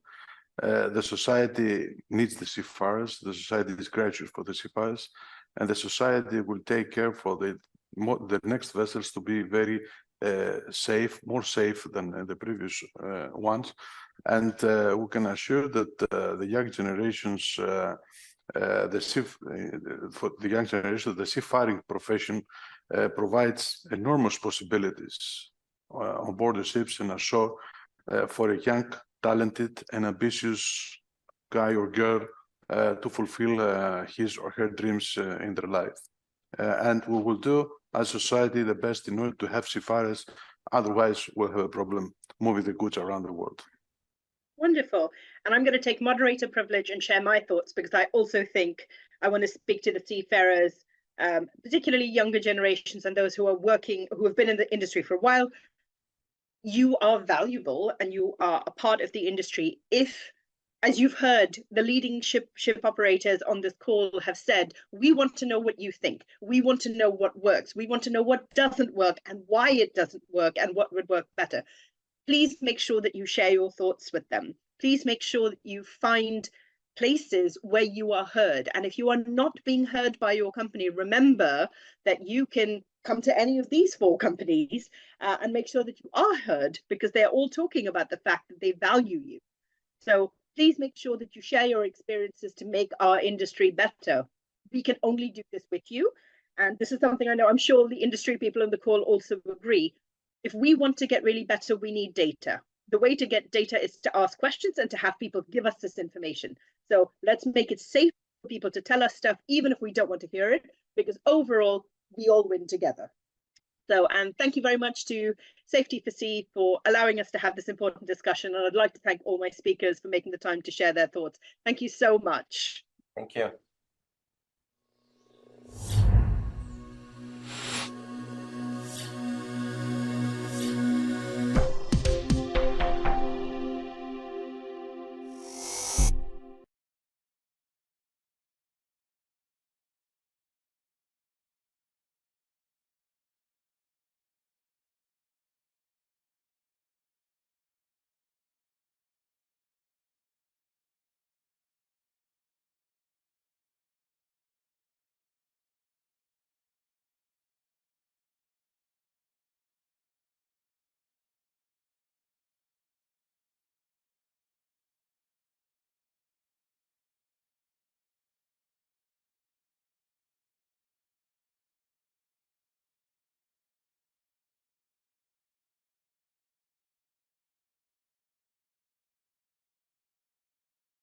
Hello, my name is Danielle Centeno.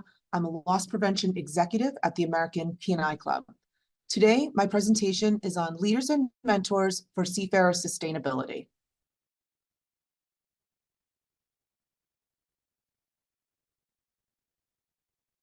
Global seafarer shortage is at an almost 18-year high.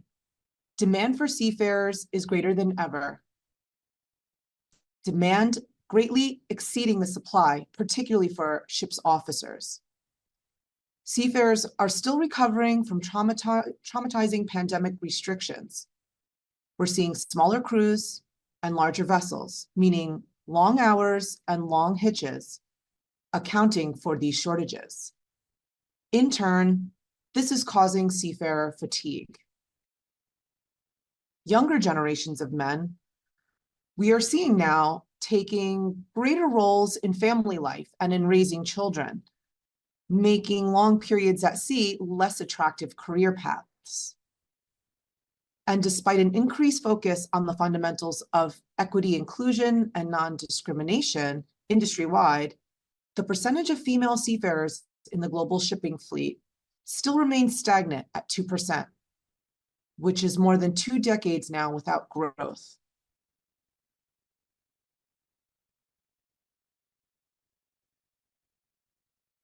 There are 463 maritime schools spanning from countries in Europe, Asia, North and South America, Africa, and Oceania. It was a bit challenging to find an exact number of graduates globally, but I would estimate at least tens of thousands annually.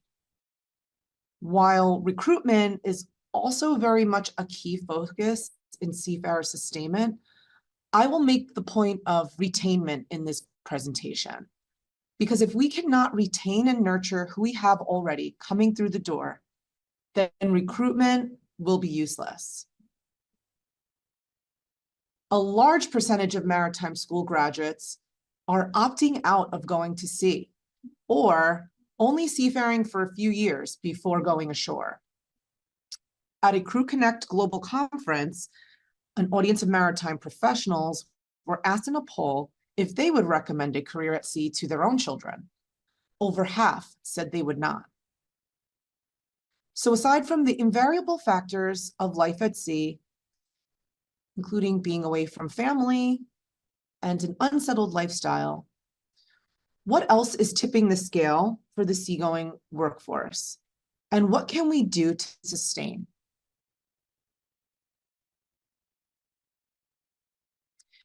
As a retainment strategy, I will address this idea of tipping the scale. What are the things that make seafarers stay employed at sea? Here, I was able to take away difficult personalities and replace it with trained leaders and mentors. Mentors and leaders in our industry can help each other develop professionally and create a better workplace.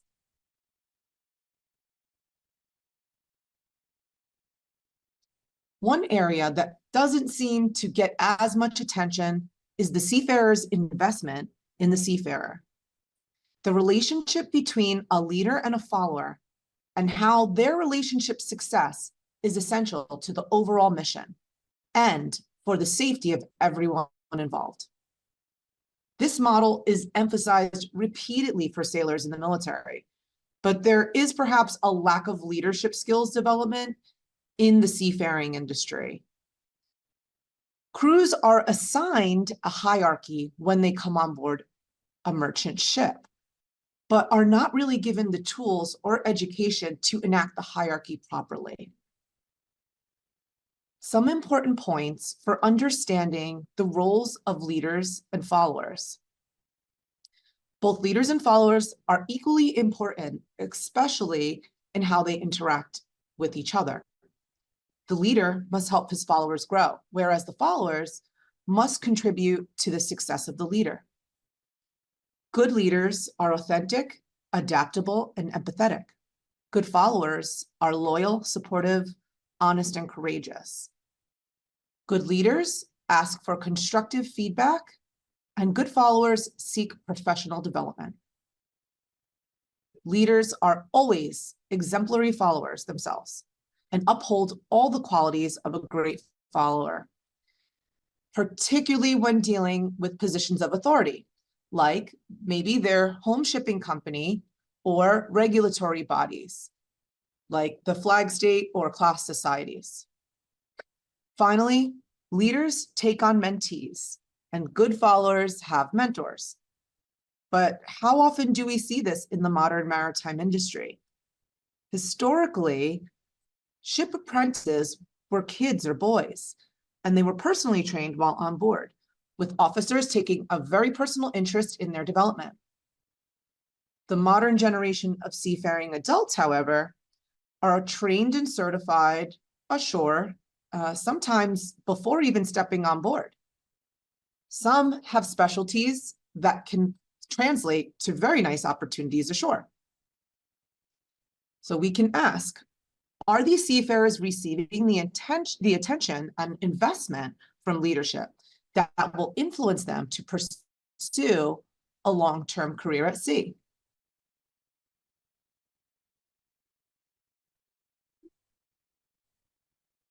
So my advice is to find the good leaders within an organization. Your good leaders, you will be able to articulate their leadership style. They'll often have a mission statement or philosophy. They'll be able to articulate the qualities of a good leader. They will not be hesitant to take on a mentee, and they will give recognition and praise in public, but always punish in private. Finally, organizations can also promote leadership for retention of crew members. Companies can include mentorship in job descriptions and facilitate this for newly hired employees. They can ask leadership proficiency questions in interviews. You can be the leader's leader and give recognition when it's deserved, and provide crews with formal leadership and ethics training.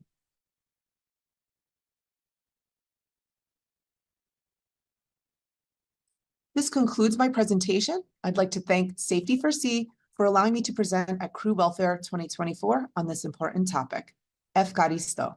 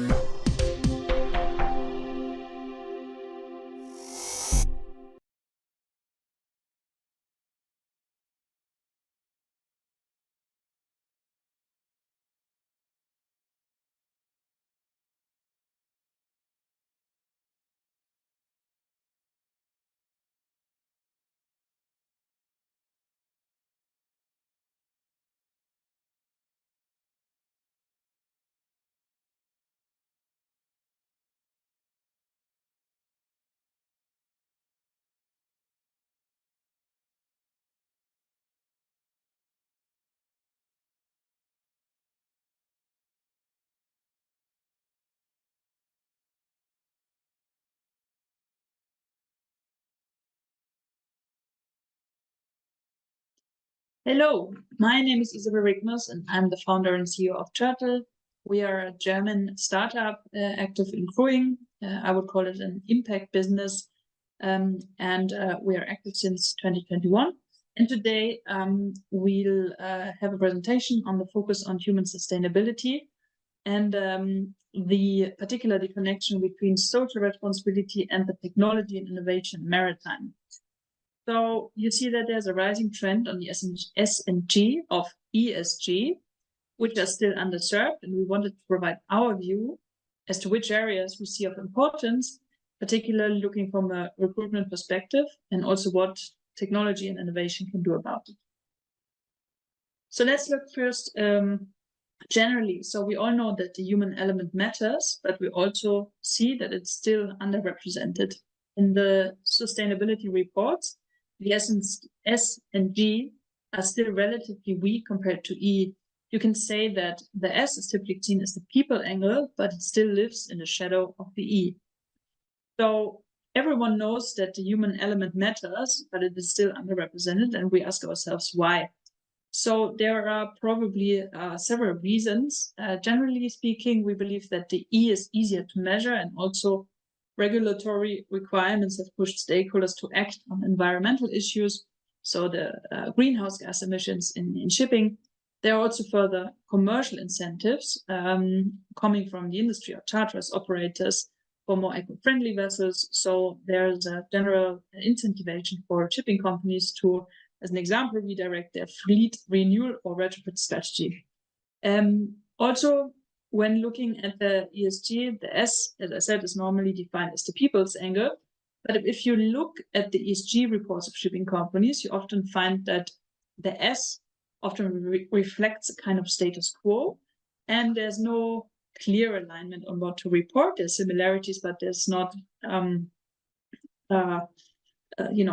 overlap of or a large overlap of what to report. And it's also that difficult that social factors are often qualitative and harder to measure. But surely there's also no hard regulation yet to urge or push as hard as for environmental. So as an example, I put a quote here from Deloitte. They say that in the absence of clear definition, organizations take narrow or self-promotional approaches to measuring their human impact. Now, when you research a little bit more about the human angle, there's also a new concept, which is kind of surpassing ESG or also the S. It really puts the human angle in the center, and it's called human sustainability. I just want to read from definition. So it's the degree to which the organization creates value for people as human beings, leaving them with greater health and well-being, stronger skills and greater employability, good jobs, opportunities for advancement, progress toward equity, increased belonging, and heat connection to purpose. So this concept goes actually beyond ESG, and it actually argues that there's kind of an ESG tiredness, and that by looking at this human sustainability, you would turn around your organization towards really people first, meaning that you would really look at what or how people benefit from the organization rather than the organization from the people. Then let's go to the next slide. So we have the 2030 Agenda for Sustainable Development. As all of you are aware or know it. So in ESG reports, you often see a connection between the sustainability or the ES and the G objectives or sub reportings, and also the 17 goals.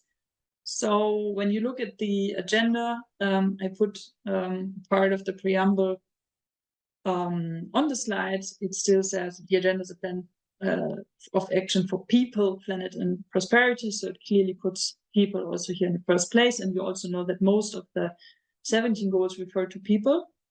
So now I looked also at overall progress. You know that the UN, they publish every year a progress report, but generally you see that only 17 of all goals are actually on track for 2030. So there's definitely, some good news that part is on track, but you also see that we're lacking behind on some others.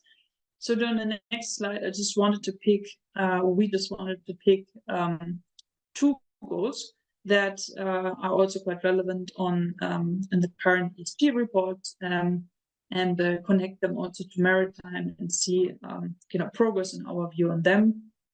So let's go to the first, gender equality.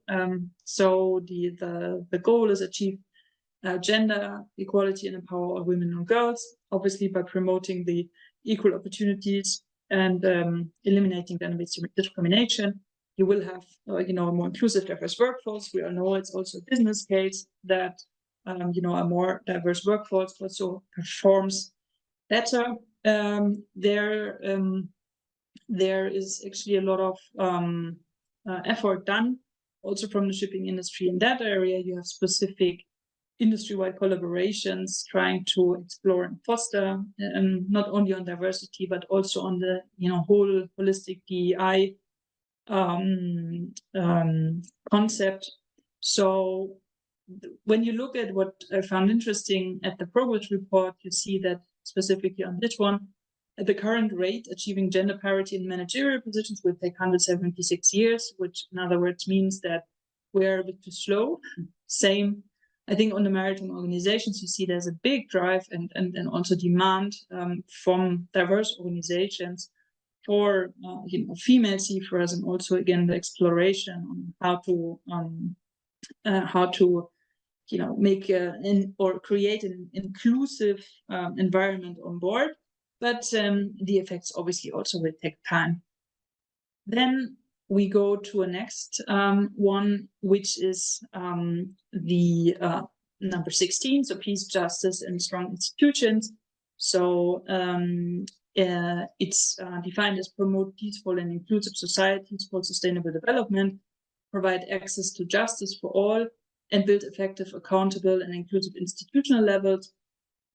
So when you look at it from the shipping perspective, I put here the definition, or not the definition, but a statement from the Maritime Anti-Corruption Network from the EEST reporting on anti-corruption, saying that corruption is a major obstacle to sustainable development as it affects all 5 pillars of sustainable development: people, planet, prosperity, peace, and partnerships.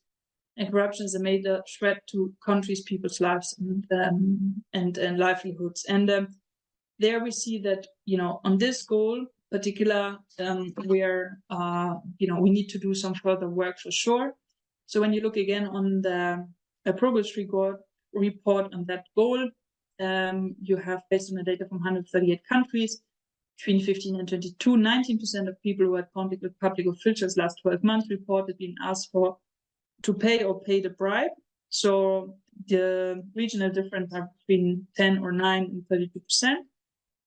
We are, as probably many of you know, running together with major stakeholders also a survey on corruption, particularly in recruitment process, and preliminary results from this year show that 1/3 of all seafarers, and that's a cross range, were asked to pay legal recruitment fees.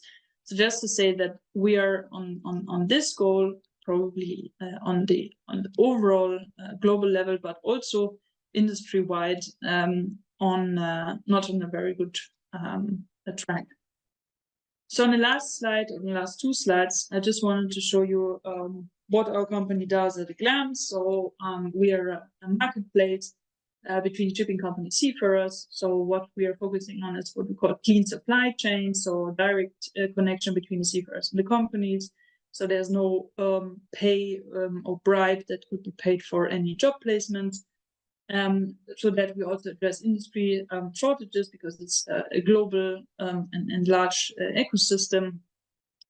We have talking about diverse, more than 140 nationalities, and a vast ranging pool of seafarers in there. We also were awarded the Diversity and Inclusion Award from Career for Sea last year, which we're very proud of.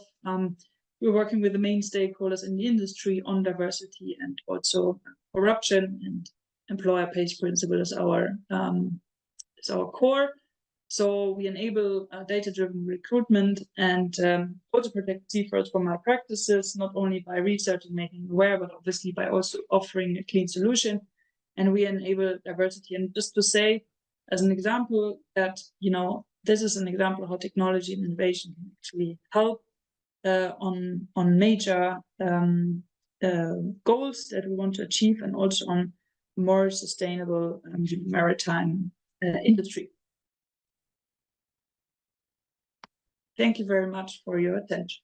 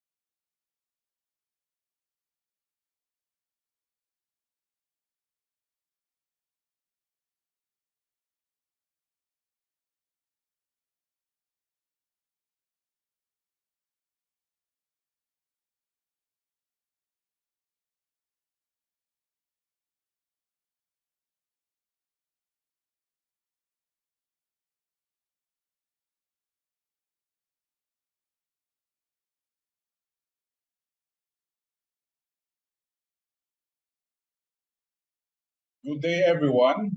I'm Giovanni Tuapin, President of Hartman Crew Philippines. Today, my presentation focuses on how seafarers can champion human sustainability.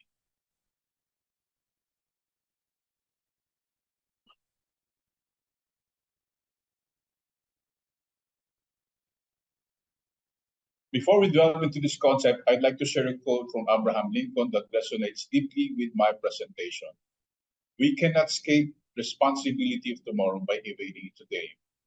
We tend to dismiss the challenge as someone else's problem, leaving future generations to bear the burden of our inaction. This lack of personal responsibility is deeply ingrained in our psychology, perpetuating cycles of procrastination and denial. Let's examine why this happens. The illusion of individual insignificance. Faced with overwhelming scale of global challenge like climate change, we often question the impact of our individual choices. We succumb to a paralyzing diffusion of responsibility, assuming others will take the lead. Yet, meaningful change requires collective action, fueled by individual responsibility. Each of us plays a part. The boiling frog syndrome. This analogy perfectly captures our gradual desynthesization to deteriorating conditions. Like a frog slowly adapting to rising temperature, we adjust to incremental negative changes, shifting our baselines and masking the urgency for intervention. By the time we realize the severity, it may be too late for easy solution. The veil of cognitive dissonance. The harsh truth about our planet's future often clashes with our desire for comfort and convenience. To resolve this internal conflict, where our actions contradict our belief, we engage in denial. We downplay the severity, rationalize our behavior, or simply avoid confronting the issue. This self-depreciation perpetuates inaction and delays critical solutions. How often have we heard these phrases? Paper charts to electronic charts? Nah, not in my lifetime. Global warming, net zero. It's a problem for future generations. Artificial intelligence, autonomous ships, not in my lifetime. These statements reflect our tendency to put off what we perceive as inconvenient or uncomfortable. The signs are clear, and it's already affecting our children. Philippines alone is experiencing catastrophic floods and typhoons that we have not experienced in the past decades. 51 degrees heat index from schools to cancel classes. The students may be happy to skip classes, but it has impacted our lives. In September of 2023, classes are suspended because of the poor quality of air. Suddenly, you get news on the last slum of Manila, the last forest park in Manila, the Arroceros Forest Park, a call to rehabilitate, and a call to have more forest park within the city. Apparently, like forest park in cooler compared to the normal temperature of the surrounding. If it's a strong call to action, and more still needs to be done. The state of our planet, particularly our ocean, is dire. The effects of pollution, overfishing, and climate change are undeniable. But there is hope. We have the power to reverse the damage and restore the marine ecosystem. Studies have shown that concerted efforts to reduce air pollution in heavily industrialized areas can lead to significant improvement in air quality within weeks or months. Marine protected areas have demonstrated the ability to replenish fish stocks, restore biodiversity, and enhance the resilience of marine ecosystem. New technologies are emerging to address pollution, such as advanced filtration system for ballast water and scrubbers to reduce sulfur emission. Stockholm Resilience Center has a good representation. Imagine that these sustainable development goals is represented as layers of cake. The base, environment. Just as a cake needs a sturdy base, a healthy environment is the foundation for a thriving society and economy. Without clear air, water, and a stable climate, everything else crumbles. A strong society built on principle of equity, justice, and well-being is essential for sustainable development. This layer includes factors like education, healthcare, gender equality, and social cohesion. A sustainable economy is one that operates within the boundaries of the environment and promotes social well-being. And that's about creating decent jobs, reducing inequality, and ensuring responsible production and consumption. Seafarers are uniquely positioned to champion human sustainability across all the three layers of the cake. Seafarers witness firsthand the impact of pollution, climate change, and overfishing on the oceans.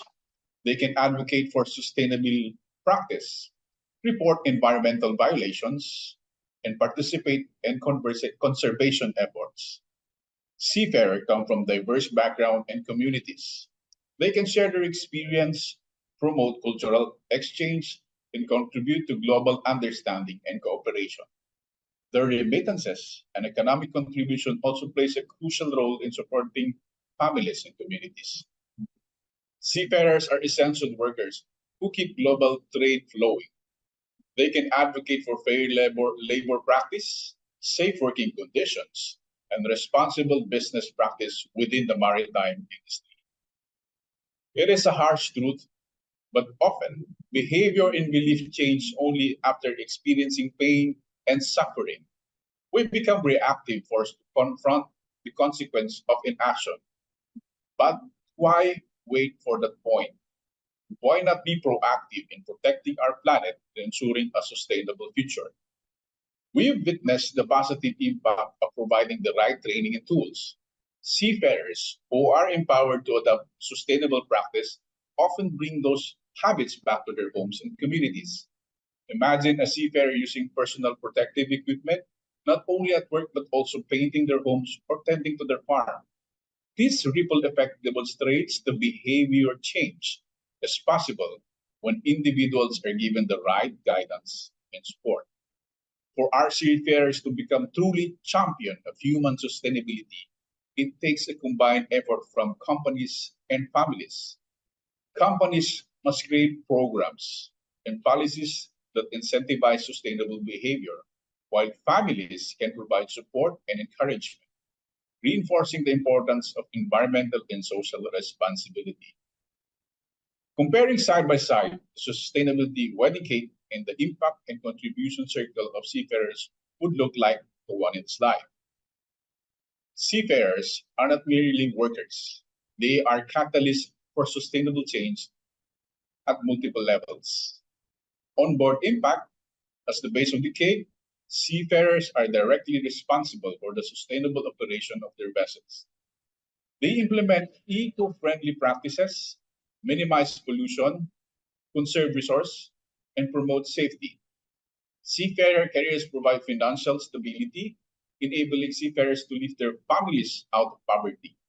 They invest in education, housing, and healthcare, contributing to economic growth and social mobility in their communities. Seafarers' contribute extends beyond finances. They model responsible behavior, share knowledge about sustainability, and inspire their families and communities to adopt a greener lifestyle. This creates a ripple effect, amplifying the impact to individual actions. Seafarers are global citizens, interacting with diverse culture and environments.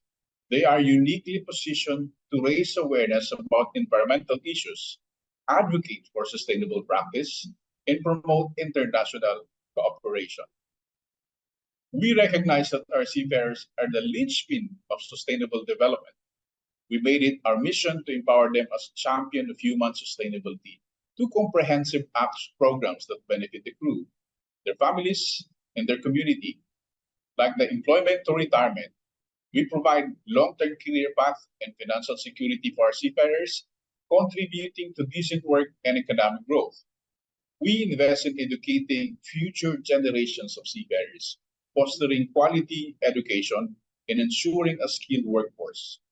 By training professionals to uphold safety and environmental standards, we contribute to industry resilience and protection of life below water. We empower seafarers to become entrepreneurs, creating jobs and economic opportunities in their community. Seafarers can champion sustainability. They cannot do it alone, and it needs the support and the guidance of the organization. We should start now before it's too late. Let us not just talk about sustainability. Let's make it a reality. The time for change is now. Together, we can build a better future for ourselves, our children, and the planet we call home. Thank you very much, and have a great day.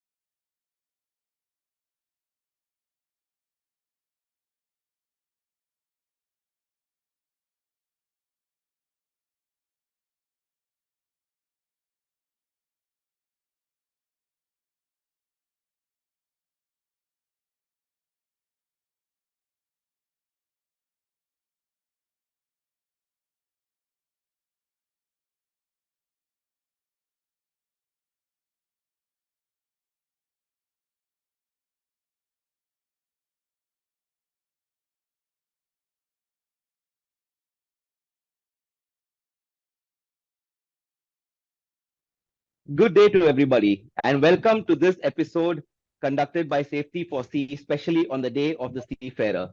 Today's topic is going to especially discuss on crew welfare. I know there are very many aspects to that, but of course we have to make sure our crew members, who are the most important component in shipping, they need to have access to resources, support, opportunities. Their voice must be heard. There is a changing ecosystem with so much going around.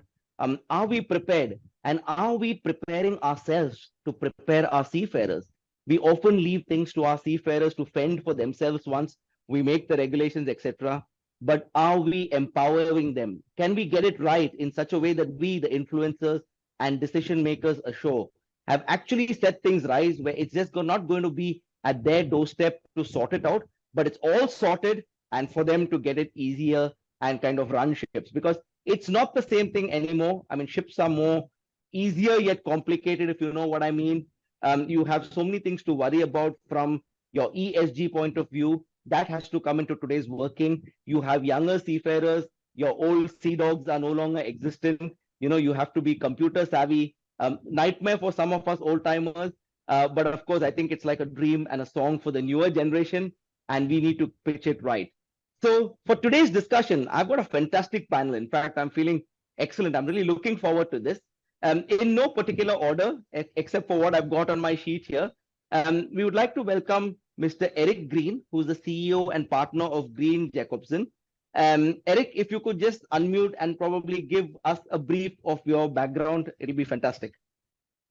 Yes, hello everyone. Very briefly, my name is Eric Green, and for the last 30 years I've been working with anything to do with human performance, human factors, crew welfare, leadership. Anything in the old days would be defined as soft, which in my world doesn't make sense any longer. But anyway, this is what I do. I'm the managing director of Green Jacobson. Looking forward to the debate.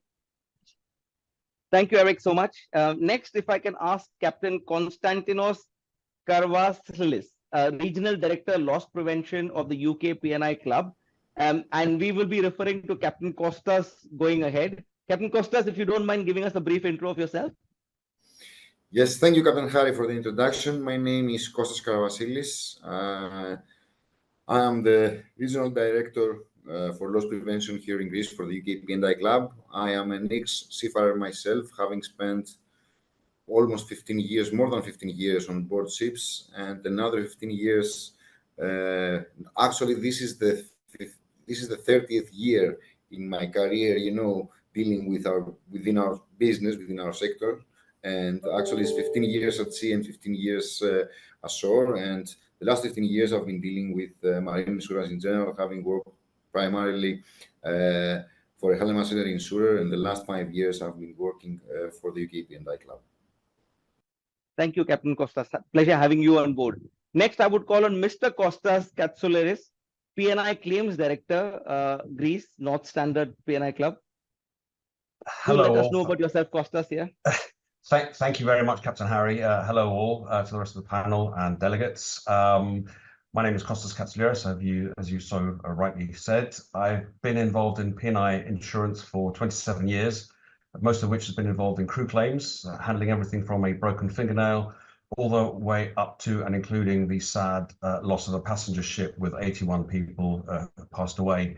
Worked for various clubs over my time, the last 12 of which with now North Standard. Funnily enough, before the merger, I used to work for Standard Club as well. So life has come full circle. Thank you very much. Look forward to a great debate. Thank you, Kostas. Next, if I could request Mr. Nicholas Koletsis, and we would refer to him as Nico with his kind permission. He's a Senior Policy Officer for Maritime Transport, the European Transport Workers Federation. Nick, over to you. Thank you, Captain Harry. Good day to all. Thank you for the introduction. I'm Nicholas Koletsis. As you already mentioned, I'm a Senior Policy Officer for Maritime Transport. I'm working for the ATF the last 3 years, but I was also for 25 years an officer of the Greek Coast Guard. So I have also the experience from this part of the industry. I worked in different directorates for some years, also for the Seafarers Training Directorate in Greece, and also I was seconded in Brussels for 4 years in the permanent representation of Greece to the European Union as a maritime attaché. Thanks, Nico. This is fantastic because we've got somebody from the policy making as well as who's been a regulator. I think this is great. And last but not the least, I mean, it's the lady on the panel, Miss Isabel Rickmers, who's the founder and CEO of Turtle. Over to you, Isabel. Yes, thank you very much, Captain Harry. I'm also looking forward to this panel. I'm Isabel, I'm the founder and CEO of Turtle, as you said. So I work in shipping since 2010, first on the ship owning side, then I was mainly working in ship management, last position as managing director of Seaborn, and then Turtle is a startup that I found. So we are live since 3 years, and we connect seafarers with shipping companies on a global level. And through my work or our work, the teamwork, we've seen quite a lot. I deep dived also a bit more into the crewing region, and I think this is also why I was invited and asked to join this panel. I'm very much looking forward to it. Fantastic. Yes, thank you, Isabel. And a bit about me. I'm Captain Hari Subramaniam. I'm the regional head of business relations with the Ship Owners P&I Club. Yeah, lots of P&I today, isn't it? Fantastic. I'm based in Singapore, and I also run a crew health program, the Medici program. And I also wear a couple of hats, which is why I've had a receding hairline, too much change. But I also have got the chair of the Nautical Institute in Singapore, along with a couple of other things. So I think it's going to be great. So let's deep dive down inside before we run out of time, because there's so much to discuss. I do have a couple of questions lined up, and whilst I won't probably put every question to everybody, please feel free to pipe in, like we discussed earlier. So just going first, I would like to bring the first question to Nico. So Nico, I mean, in your view, could you provide an overview of the current status of crew welfare, key challenges with regard to welfare today? I know, I mean, post-COVID, it's been a different ballgame altogether. And what do you see as the, the changes coming up with the dynamics now in the ecosystem? Exactly. As you know, by definition, we are talking about a very difficult profession with a lot of specificities. But during the COVID, the pandemic, the seafarers were pushed to their limits. And sadly, the situation didn't change radically. Even today, the crew change crisis, the repatriation difficulties continuing with the war in Ukraine. Also, there was a lot of risks for seafarers sailing in the Black Sea. Now we have these great challenges with the huge risks in the Red Sea area and the increase of the piracy incidents. So I could start as the main challenge in crew welfare, the mental health and the physical health crisis of today. It's, I think, one of the most important issues that we need to address. I could also say that this crisis of mental and physical health is directly linked to fatigue. Seafarers are legally allowed to work in very extensive time with insufficient time of rest. And also it's coming with the increase of bullying and harassment incidents in the industry that also creates a lot of deterioration in the mental health on board the ship. But also, I could say that for the near future, if not even from today, we have to deal with the technological advantages, the need to reskill and upskill the seafarers, and also to ensure access to shore leave for all seafarers. That sadly, until today, it's an issue. It was not only in the COVID period, but still today. I'm sure that we will have the ability to get deeper on this issue. I will leave it here for the time. Thanks. Thanks, Nico. Yeah, and it is strange because while everyone focuses on the seafarers who were on board during COVID, there was a huge sacrifice from the gentlemen, the seafarers ashore, who had to put food on the table, but at the same time couldn't go on board. And that was a challenge. And we've lost a massive chunk of talent from the industry who opted to go to become, the hospitality services or delivery, because there was so much of shopping, online shopping, etc. Well, just as the container industry probably boomed because of that. And I should have bought shares in Amazon before my wife went to loose on them. but still. Yeah, I mean, that's a big thing. But I guess you would agree that the elephant in the room has actually come out before. I mean, seafarer well-being is coming to the forefront as such. And on the same thought, then I would then turn to Costas from a club perspective. Your thoughts on this? Yep. Hello, all. No, I would completely agree with everything that Nico said. There is definitely more awareness of crew welfare. I think there's more awareness generally of well-being as a society. It's not just shipping. As an industry, we're unfortunately quite behind generally. We follow the rest of society. On the one hand, the latest Emission Seafarers Happiness Index has shown definite improvement, yet there are still record high calls to say ISWAN's seafarer helplines. Whilst the industry and seafarers appear to be happier, there are still issues and worries about bullying and harassment, worries about crew retention, the role of women seafarers on board, how they can best be protected and promoted and supported. Key challenges are obviously geopolitics. I think shipping has been the victim of geopolitics ever since inception. Whilst I've not been a seafarer, my father was as a captain, and civil wars, coup d'etats, violence, closure of the Suez Canal, and so on and so forth.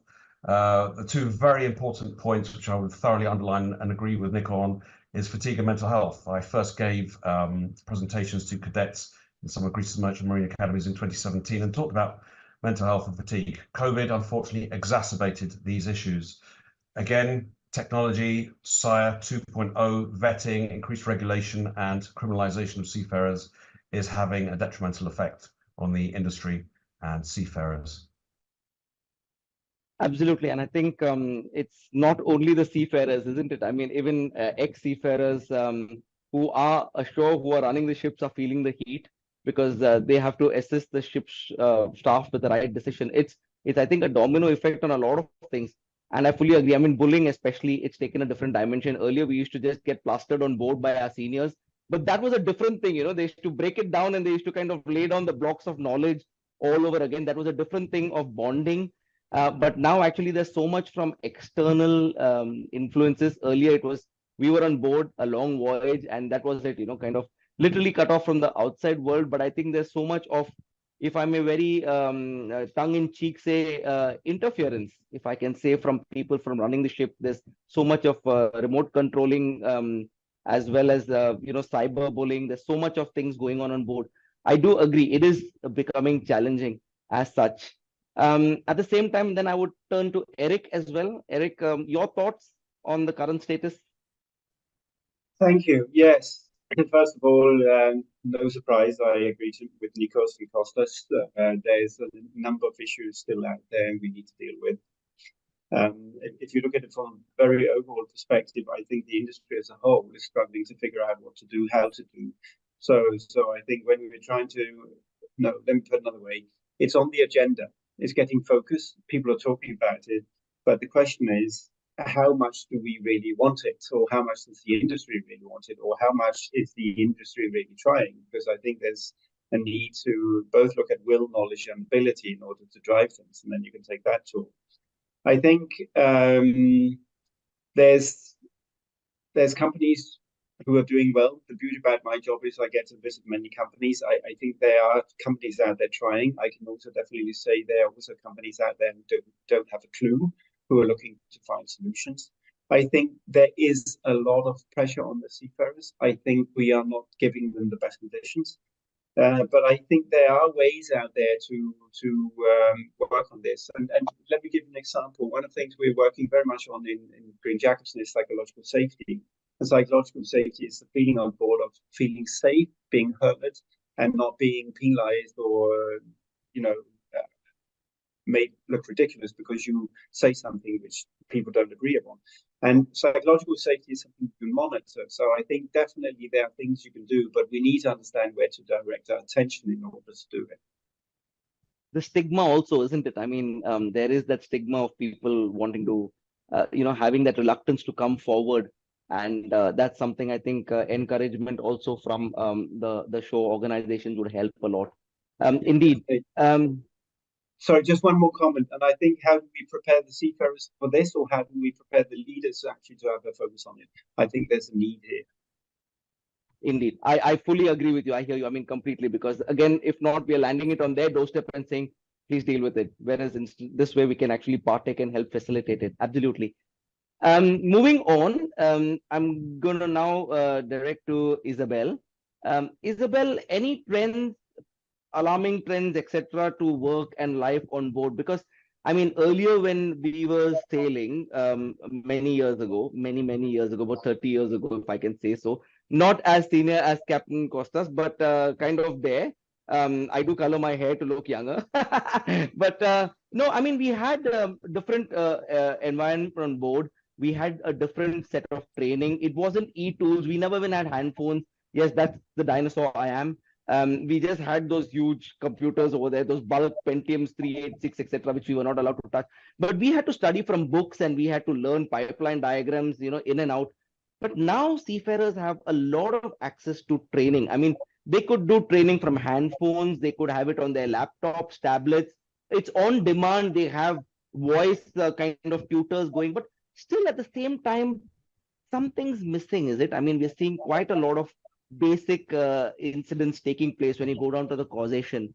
And this is kind of moving away from a lack of training and more into a holistic mindset kind of thing. Your thoughts on these, Isabel? Yeah, first of all, I remember my brother sailing, so that's also, you know, he's older than me. So, and I remember that at that time versus the time that I started to work in shipping, also the life changed. So I remember that he used to have like shore leave and he brought us back things home. So that was like mainly part of the also of his sailing. Whereas, you know, when I started shipping 2010, and also after that was more, I mean, also this particular time is very crisis driven. So I think I wanted to bring in that aspect. So I think we're moving from a very cost focused time, especially after Lehman, so after 2008, where, you know, crew was also very much seen as a cost, and then you try to, you know, bring cost as part of the OPEX down, and then also, you know, any element that would be part of, you would try to kind of, you know, save on or make it like most efficient, because also you as a company, like talking about an owner, needed to, you know, survive at the end of the day. So I think, and in that particular period, I mean, I'm talking after Lehman too, actually, when Corona kicked in, and then now we see that across market it's going well. I think that there's a, you know, shift in not seeing it as a cost, but rather seeing it as a resource. So coming to what you were saying on, you know, access to trainings and a more holistic view, I feel that we see now quite a lot of one thing, like awareness about crew well-being, because it's seen as a resource. There's also, you know, means there to invest, and I feel that this brings a lot of opportunities. But at the same time, as you also mentioned, you know, on it also has obviously some downsides because it's something new. And if you do something new, then, you know, you'll also have some casualties coming from it. So that's more of a, you know, a macro, let's say, perspective on the shift that we're going through. I fully agree. I mean, they say with every challenge there creates an opportunity. And yes, I mean, there are some good things that have come out of COVID, like we spoke. You know, seafarer well-being has come to the forefront. Before that, it was kind of just a taboo topic. It wasn't something that we could have normally discussed. But yeah, I would then move to Captain Costas.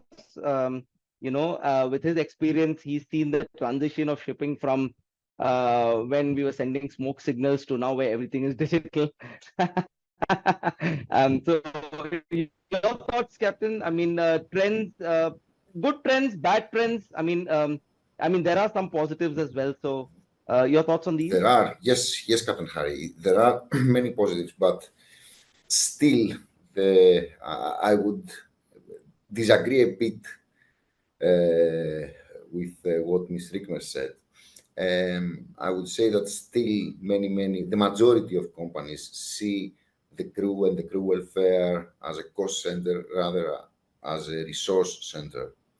Because, you know, unfortunately we live in an era that the heads of shipping companies are not seafarers, or they do not have, you know, anything to do with sea, but Most of them are banks, accountants, I would say, in one word. And I know that I'm tough here, but I'm not going to nod. I might lose my job. but unfortunately or fortunately, it's not good or bad. This is the truth nowadays, that our industry is being led by people or by organizations that their main focus is not shipping as such, but how to make money, which is again a good thing. I'm not saying that anything is bad, but I'm pointing It is a out, part of sustainability, isn't it? Profitability. I mean, yes. Anyway, and then talking about the psychological safety, which is the most important thing. Yes, we since the pandemic and maybe a bit previously, we started, taking care of our seafarers. But yet, is this enough? I hear very often from friends, ship owner friends, saying, "Oh, I have internet on board now. They can, contact their beloved ones, etc., etc." But is the internet the issue? The only issue? No. Is it the gym the only issue? No. We used to have gyms back in the 90s in the old Japanese ships and the old German and Danish ships. There were gyms and saunas, and there were amenities as well as it is now. So it is not that the thing. say it, Captain. I know. I mean, there was alcohol on board. It's not taboo to say it. Yes. Please say it. Yeah, it is. It is a time where we're having a zone of uncomfortable discussion. Please go ahead. Yeah. Yes, so it was. I wouldn't say better times, but for me, as a 19 years old cadet on board the ship, I started an adventure, and it became an adventure. We used to go to exotic places and stay there for a couple of months. Now you go to exotic places and you stay there for 72 hours. You don't have time, not even to deballast the ship. There are accidents making me feel nostalgic now. If I still remember those months in port. So this is part of it. Another part of it is the security in general, even for you and me. When people work ashore, they do have a security. They know that they have a job. They have signed a contract for a certain period of time. They have social security. They have medical security. All those things that most of the companies, I will not say any company, are not provided to crew members. So now the society has changed. It's not the same people like us that go to sea. It's different to be 20 years old now in 2024 and different to be 20 years old back in the 90s. It's completely different thing, completely different perspective. Other things we wanted back in the 90s when we were 20, nowadays 20 years old guys, girls and boys want different things. I'm not saying it is better or again, no, that's the way the whole ecosystem has shifted. Yes, it is. It's everything has shifted. So we need first to provide kind of security. And here I come to the cost and resource thing. In order to provide security, to provide, let's say, a pension plan to crew members, or to provide medical health to crew members, or to provide medical health insurance for their families, as I'm pretty much sure Ship Owners Club provides to your family.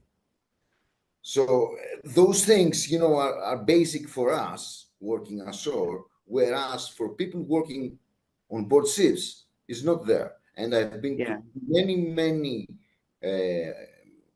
officer seminars, let's say, from various companies as a guest speaker, and the only thing that is common in all those conferences is security. Security, the way I told you before. And there are different types like financial, psychological. I fully agree. Hold that thought, Captain. I mean, I've got many more questions for you. Don't give it all away right now. But I'm going to come to Eric in the order I saw the hands go up. Eric, you want to jump in on this?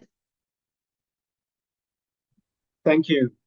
Yeah, I just want to comment to Isabel, because I totally agree actually with what Isabel is saying when it comes to resource versus cost. And I think also what we need to understand is not just something we say, it's scientifically proven. Now, I spoke about psychological safety before, but we could also talk about collective intelligence. We can talk about work structure, leadership, and other things. But it's not just something I'm saying, but it's documented. It takes psychological safety that the partnership between investing in having crew that feels psychologically safe, having it as a focus area, and so trying to keep an eye on it, will have a positive impact on performance, period. It's documented. We know that it exists. It's not just in the shipping business. It's in anywhere you go. We know it works. So therefore, I think it's about identifying the areas we need to focus on in the future to actually start having some kind of catalytic mechanism that starts moving true welfare in the right direction by having the right focus on the right things. And that's where I think the industry is struggling. Not because people are saying, oh, this is a load of rubbish, I don't want to do anything bad. This is just the cost, go on board, do your job, I don't worry about it. It's not how it works. So I think it's about finding the right things. Yeah, it's optional, and unfortunately, when it's optional, people think they have a choice, like people who are running the ships, and that shouldn't be the case. I do agree, the standards, we could do so much more in that. And I fully hear you, I agree with you, and I think my colleagues from the PNI clubs who are dealing on the other side of the spectrum do know. I mean, we do see definitely an improvement once the psychological addresses, issues are getting addressed, and there are more benefits as such. It is having a much more focused effect on the seafarers. That's no debate on that. Moving forward in the sequence, was it Nico, I think, who had his hand raised next? Nico, over to you. Thank you, Captain Harry. I think that the discussion is getting very more and more interesting. I couldn't agree more with what Captain Kostas mentioned. We believe in ETF that when we have this discussion about how to make the profession more attractive, about welfare, well-being of seafarers, it is not a matter of discussing about best practices, about initiatives, about recommendations. All these things can contribute. We're making a lot of initiatives with our social partner from the European Community Ship Owners Association. We are doing a lot of things, but in our view, all these things are not enough. There are some long-standing systemic issues that exist in the industry that we need to address, and we cannot address them without firstly ensure proper enforcement of the existing legislation, secondly, with having a political will to change some things that are not working. If some things are not working, there is a need to change them, like fatigue at sea, like fundamental rights, like the social security protection. There are issues with lack of coordination between member states, with problems with the pension regimes of seafarers. So these are issues that needs to be addressed because we will never make a happy worker, a seafarer, by providing him a gym or by providing him some culture about having healthier habits, if we cannot address these fundamental issues. It's very good that in the industry there's a great recognition that we need a new social contract with seafarers. We need to go beyond the international minimums. We need to do more. Otherwise, we will never make the profession attractive. I fully agree, Nico. But would you agree with me on some, to quite a long way, the whole structure of, not having that permanent employment? Like, we are employees of organizations and Kostas, and my company knows they've invested in me and I'm going to be there for a foreseeable amount of time. And it's not that every few months, if I can change my employer at freedom, it's going to be like a different thing. But if that kind of if that marrying was there, if that loyalty or that bond was there between the employer and the seafarer, that they are equally bound to the employer as the employer is bound to them, that would then open a huge rise of opportunities. Isn't it? Like, you can have things on an annual period from salaries onwards. You could then have social securities. You could then have, but I think either side doesn't want to commit. There is some reluctance on either side. They like the freedom that they have the option to choose after every contract. I know I'm walking a fine line here. I am on the side of the seafarers, but I'm just being the devil's advocate here. And yes, I know Isabel just wants to kind of say it. She's raised her hand virtually and physically. Isabel, on to you now. No, yeah, because to that point, I also actually wanted to bring in some things that I saw observed. But I'm coming back to my first point. I think it's quite interesting also to hear a comment from this, cost mentality to resource mentality. Captain Konstantinos, I fully agree. We're not there yet. So I just wanted to say, because we have fully there, but the advantage is now that there's a shortage in seafarers and the companies have money. And I think this creates an opportunity. Needless to say that we should have done something before. That's totally needless to say. But I feel that before it was really like a black box. There was, sufficient people. We had not much money, and basically it was no one really looked at it. Now, people really look at crew well-being, and I feel, amongst our customers, there are definitely customers who do good steps forward. There are also customers who have if you want to have the same expression for greenwashing, is social washing. So basically you put something up, but you don't really care. But I think the important thing is that you have, kind of front runners. So you have companies standing up and doing something. And I think eventually this will create a good drive. Then on the permanent contracts, just wanted to share a very brief story, because we see a lot of, on the interaction between the companies and the seafarers. We also have companies who offer permanent contracts.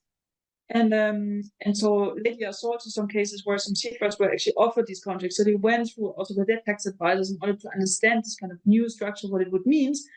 But I would say most of those who were very used to the other structure declined, but those were also the ones who have on the open market good opportunities to find jobs. So basically second engineers with very good education. So therefore, we also in the team were discussing that, because we were wondering, we are a German-based company, so here it's normal that you have obviously your social net around that.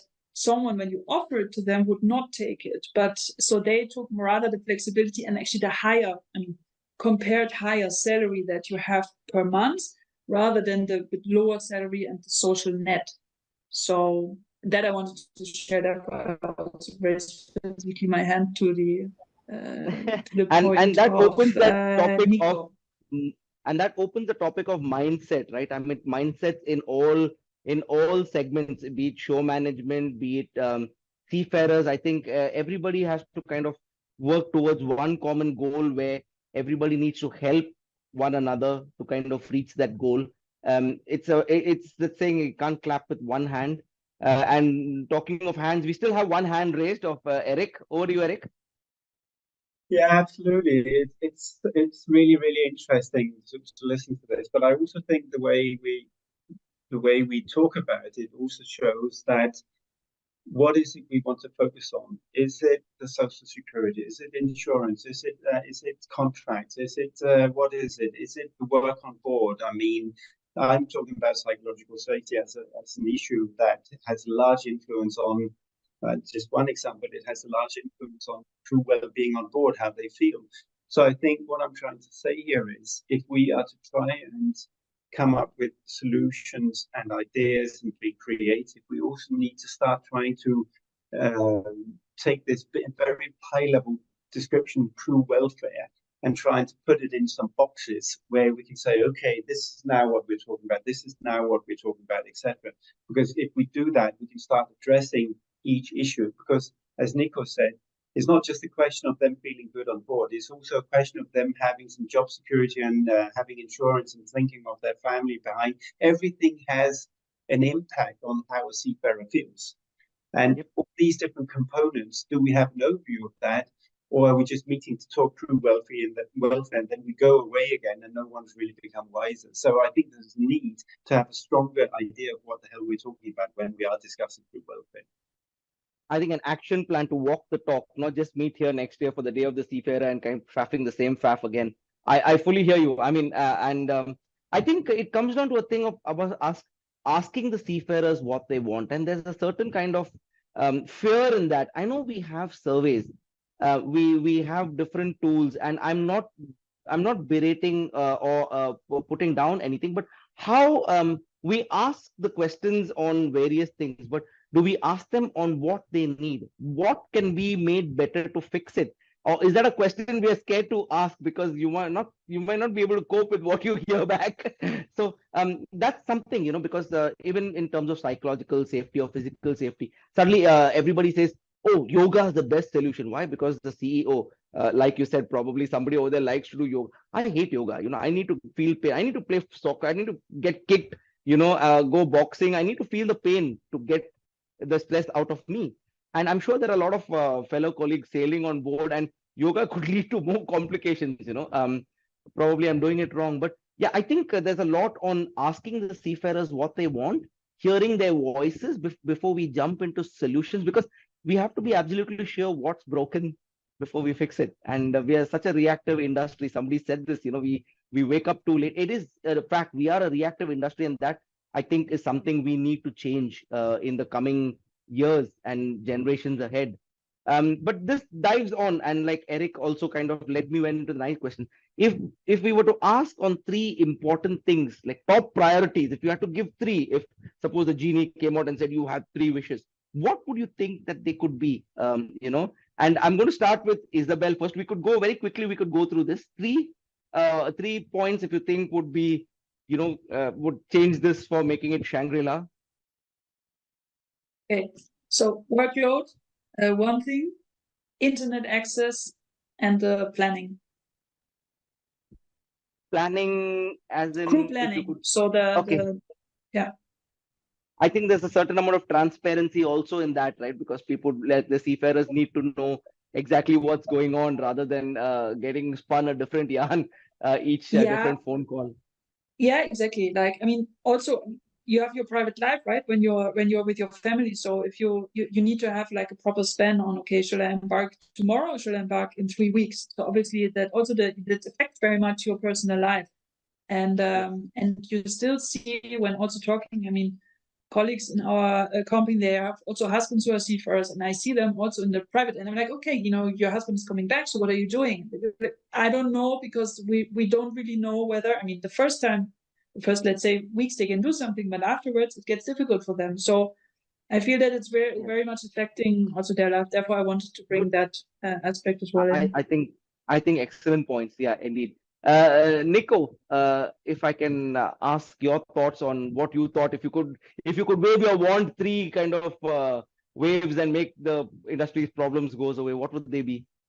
Very briefly, I will start with the general ways to provide seafarers with decent jobs, with better working conditions and fair payments, to tackle fatigue at sea and to give them job security, job satisfaction, and career prospects.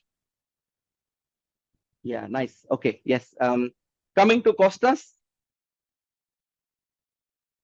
you have your 3 wishes. You've rubbed the genie's out now. I would have said at the beginning, had this been the first question, all the surveys show internet access, shore leave, and so on and so forth. But I do agree with Nicolo, fatigue, absolutely. I've referred to the fact that before in 2017, when I first gave a presentation to cadets about fatigue, this was before COVID and Ukraine war and other geopolitical issues. But at the end of every presentation, I had cadets come up to me and say, okay, yes, you keep talking about not lying on work rest schedules on board. The fact is we have to lie. The workload is too much for us. We cannot cope. And I hear that again and again and again. Every Marine Academy I've been to, there's always 1 or 2 or 3 cadets or more who come up to me and say, it's great, everything you say, this is just theory. In practice, this is how it works. So I'd like to get stakeholders, and I'm not just talking about people in this room on this panel, I'm talking about other people, the charterers, the traders, because without them, they're the people that pay for the ships through freight rates and everything else. So unless we get them on board as well, not a lot will change very quickly. Having said that, the other great thing, well, Isabel mentioned workload. I tie that into fatigue as well. I also think seafarers, we talk about seafarers being heard. I think they need to be listened to. There is a difference between being heard, because seafarers will say, okay, the Marine Superintendent came on board. He told me he heard what I said. They don't want to be heard anymore. They want to be listened to. Hearing is passive. Listening is active. They not that just they have a voice, but their voice is being listened to, and action will happen because of that voice being and their worries and concerns and hopes going forwards? This sounds like a dressing down I get from my wife every single morning. It's making more sense now. But yeah, but yes, I think these are indeed interesting things, especially fatigue. And I think workload, if the minimum manning certificate has become like kind of the optimum standard, isn't it? I mean, it's, people just omit and just say, what's your manning certificate say? It's never longer minimum manning when you refer to it. And that's kind of lowered the bar a lot, and comes to workload and fatigue. And I guess with internet comes its own bag of tricks, because probably the hours given, or hours of rest, are not enough, because our seafarers have to micromanage problems as well at home, which we keep kind of reminding them. You have got charitable organizations like the Mission to Seafarers, like Sailors Society, like ISWAN, and they've got helplines, and they've got people who will actually go down to ground zero where your family is and try and sort out problems within it. You really don't have to kind of keep wearing these multiple hats, and hours of rest are actually for something you need to actually switch off and relax to a large extent. But you're right. I mean, in all our years, collective years together on this panel, have we ever come across a PSC defect or a vessel being having something where rest hours were not in order? I don't think I've ever seen that. That's probably as clean as a whistle. That's probably the thing that only makes perfect sense from end to end in shipping. But yeah, who have I missed? I think we've got Captain Costas as well. I have to come to. Yes, I will be very brief. First of all, equal opportunities, and I'm not talking about women and men. And let's take a step back here. We say we want women come on board. I want them on board. They are equal to us. They can do the job sometimes better than us meaning men. But are our vessels ready to accept them? Do we have any special changing locker, let's say, for a woman to come on board? Do we have other facilities for women? Privacy, yes, I understand. Whatever. So, yes, first of all, equal opportunities extending to the office. I mean, do our seafarers have the same opportunities with the guys working ashore, with the superintendent? Does the captain have the same opportunities as a superintendent in the company? Shares, let's say, or bonuses, or career growth, career path. So what's next for this captain? What's next for this second engineer? What's next for the guy in the office, for the operations officer? And of course, what Isabel mentioned, planning. And I will be radical here, shorten the contracts and make sure, 3-4 months in, 4 months out, divide the salary by 2. The same salary you would give on board, let's say X, give X divided by 2 and spread it in a whole period of time. And then you have an annual contract for your seafarers. So everybody knows when he's on board ashore, he can plan his or her life. Yeah, well, why annual? You could have it rolling. Like you and I don't have an annual contract with our clubs. We are there until kind of we fall off the perch, and that should be the kind of, I think, the loyalty and the thing that we could tie. It's you are my employer and I'm, it's that bond, isn't it? Form that bond, bust the myth of, you could kind of, everyone could go freelancing after one contract, you're free to go kind of thing. I think once that freedom is, it's a false sense of freedom, isn't it? It kind of gives too much of space to think on unwanted. There's a little red devil sitting over there who's kind of get rid of him and say, no, I'm here, I'm committing. Both sides commit, and that could actually bridge a lot of gaps, I feel. Eric, I think I haven't yet come to you in this full circle. No, that's okay. It's really interesting listening to everyone here, and I think echoing Nico, systemic things. There are definitely some systemic things out there we need to look in, because they have, if seafarers don't have proper jobs and make it attractive, they need we need to do something. They need decent jobs and a hell of a lot of other things. I think also cultural. When I say that, it's also very much related to the different companies, and just echoing what was said before, I think equal opportunities cost us there, because you're talking about women on board vessels. I'm working for a company with Green Jacobson, who are really trying to get women on board vessels. And what they are doing is that they are listening to the women, they are talking to them figuring out what is good, what is bad, what can they change. You mentioned lockers. You mentioned also boiler suits. They, rather than having one big boiler suit, they have boiler suits you can split in the middle and stuff like that. So they're trying to listen. So you need, and that was also, I think, I can't remember who said it now, but listen to. And that's my final thing, and that is intelligence. We need to bring knowledge and intelligence into these talks, because what do we know and what don't we know? One of the things I often feel is that when we talk about listening to seafarers, we don't actually listen to them. We do surveys, we do crew happiness surveys, and then we look at the statistics, say, oh, that looks okay, that's fine. But if we then go on board a specific vessel or somewhere specific, then we might see, well, it's just very different here because the conditions are very different. So we can't conclude things on the overall average. We need, if we want intelligence, we need to get closer to the crew, closer to the seafarers, and actually start listening to them, not just as an industry, but as a company too. Sorry, I exceeded my time. No, I mean, absolutely. I think you made a very good point, because we keep banging on artificial intelligence when we should actually kind of perfect human intelligence first. We just see what we like to see, and what we don't see, it isn't there. So yes, Isabel, yes, there's been a lot of discussions regarding having equal opportunities on board in the facilities. And before you kind of draw your dagger, I know there are a lot of ships with ladies on board, and it's there. I mean, it's very accommodating. There are ships with all ladies on board, very proud to say. And but of course, I've heard from some of my colleagues I work with, and we men are a minority in the P&I industry, and very often, like as the gentleman over here allude to, we get bullied in a corner because all the alpha women in the P&I world. So yeah, I mean, but they do kind of, when we have these chats, especially over coffee, I do get this thing that sometimes don't keep on talking about it, or kind of make it so obvious that we are not kind of aliens that you have to keep kind of talking about it. Just let it be normal and kind of let's progress along with it. I do hear that side of the spectrum as well, but without putting words in your mouth, you have your points to make on this.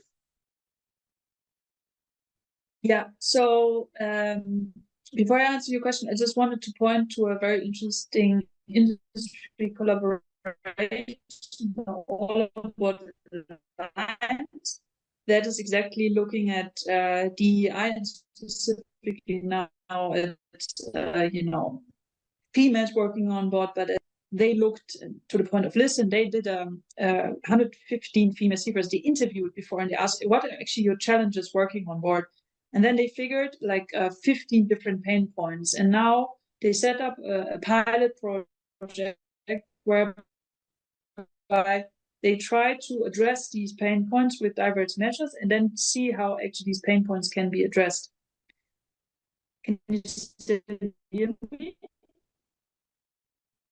So yeah, I think that's interesting. It's more about people listening to the problems and then addressing it properly.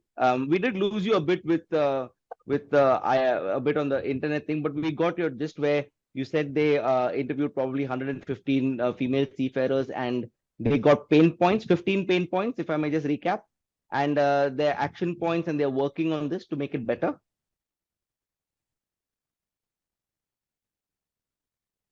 Yeah, I guess so. Okay. Now I'll just move forward now. I think we've all had our say. Just to go a bit forward now, there's so much changing, like, energy transition, technologies. And I think that's giving a different viewpoint. It's coming with its own bag of tricks. It's changing the focus, the way we approach things, because the whole way of ship operations is being rattled, as we are kind of discussing over here. So I mean, let's go to Costas. I mean, Costas, I'm listening. I'm not just hearing you. Your thoughts on this? I mean, where do you see the shift taking us? What we can do? Again, go back to listening to the seafarers. Technology doesn't stop for anybody. We know that. Some people have learned to their cost over the centuries and millennia. The world is changing. The industry is changing. We have to change with it.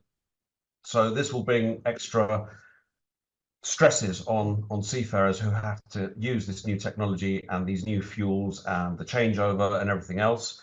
It's extra workload. We've talked already about the stress of work, rest, fatigue, and extra workload on these seafarers, upon which our industry is based on and thrives.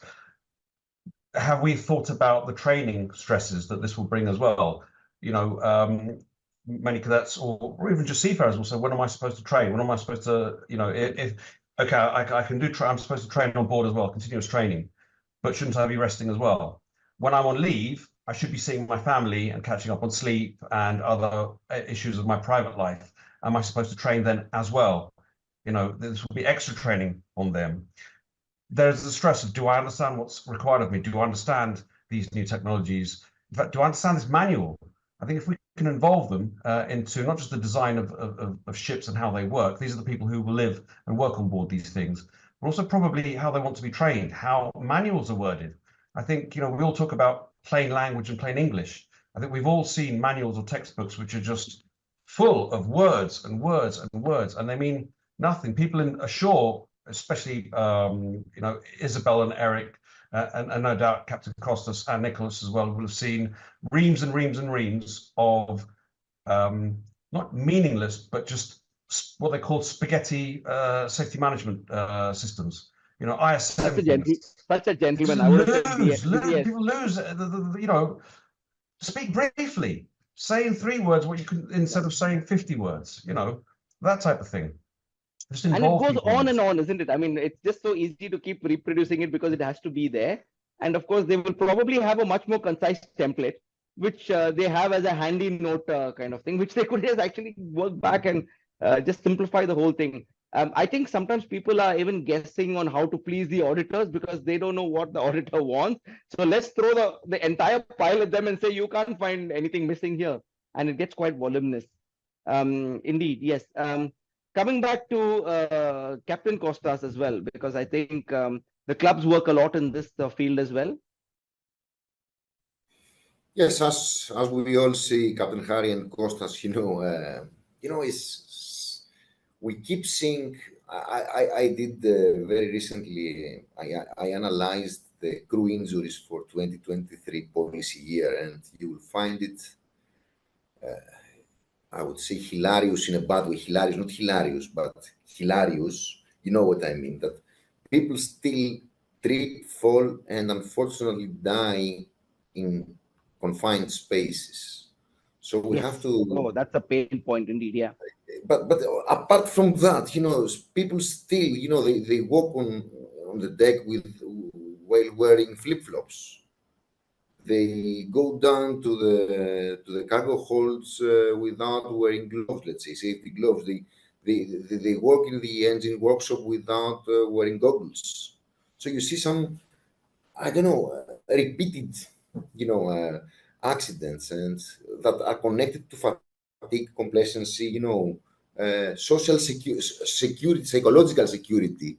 They were thinking something else when they were doing the job. Yeah. So all those things. Another thing is that we need to learn by the aviation industry. The aviation industry came thousands of years after our industry. They learned from us as far as navigation is concerned. And then our roads were split. We are very connected, but very disconnected. Unfortunately, in our business, there is too much diversification in equipment. For example, in the aviation industry, you have Boeing and you have Airbus, 2 different airplanes. I mean, main airplanes. Yeah. There's too much of variation in shipping. Yeah, I know. Recently, I was on the news when we were talking about a certain vessel that hit a certain bridge, and without naming names, and there was some discussion on whether our systems were enough. I thought, and that's when I made the point. It's too dynamic compared to kind of aviation, and it's quite varied. So it's not an apple to an apple, but interesting. Yeah, I mean, there are very different these things. I think this is a seminar by itself to compare the aviation and this thing. And sometimes I'm quite confused because I had one viewpoint and, I've been thrown into the deep end and with a new set of thoughts, etc.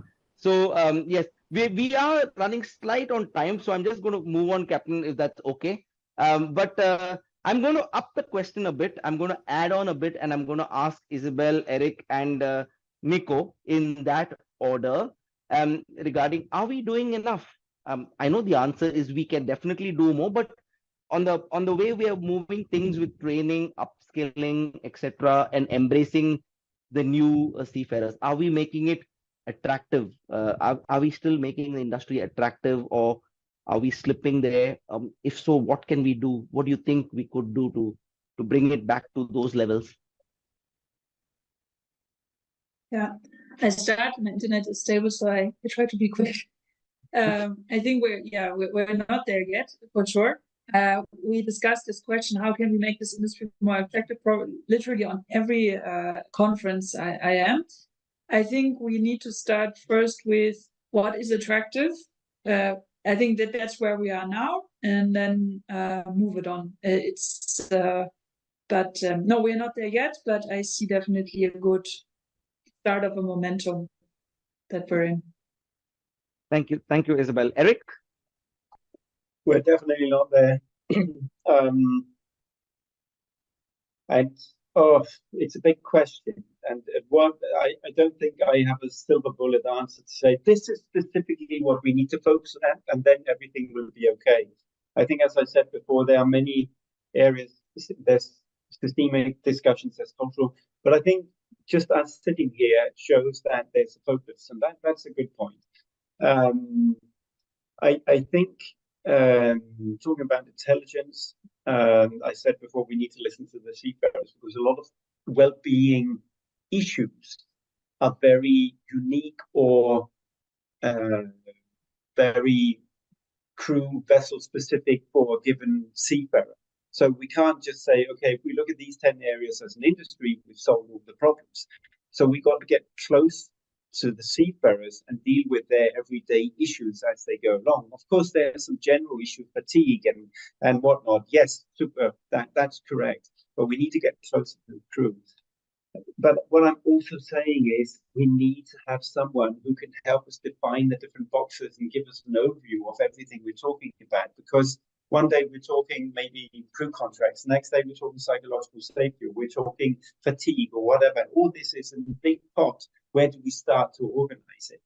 So I think there's a need to have a better understanding of, excuse my English, what the hell we're talking about before we just throw ourselves into all sorts of projects. But I think the positive thing is it's getting a lot of attraction. I think just that what Isabel is doing at the moment, her organization shows that there's a need to do different things, and that's good. So yeah, the voice is loud enough that everyone's being heard, but I think listening is now gathering some moss. Yes, nice. Everyone, key messages, everyone is struggling to get their arms around this subject because it's all over the place. I think nobody's got a clear-cut answer, right? The crystal ball is still yet to be found. Coming to Nico. Nico, your thoughts? Thank you, Captain Harry. For sure, we need to do many things. We are not there. It's important to make a general effort to make the ship a workplace that the worker, the seafarer, will feel safe, secure, and a place that they can enjoy the rights and the protection they deserve. The digital and the green transition are having positive things, negative things, but I think that is a great opportunity to take the advantages of these challenges, and we can create better jobs, and also we can make the industry more inclusive, more equal, to attract young people, to attract women. But we need to work very much on that. It's the starting point of this agenda, and we need to do many things, not to let the time pass and things get again in the same point as we were before. I would like also to raise something that we call it in our, I don't know if you have heard it, this terminology of the sea blindness. If we want to raise the industry's profile, there is a great need to overcome this lacking of knowledge among potential seafarers. there is the industry, the shipping is suffering from this sea blindness and this lacking of knowledge, sometimes creating myths about the sector and reduces its attractiveness. Often leaves seafarers neglected or forgotten, and sadly this happened also in COVID period.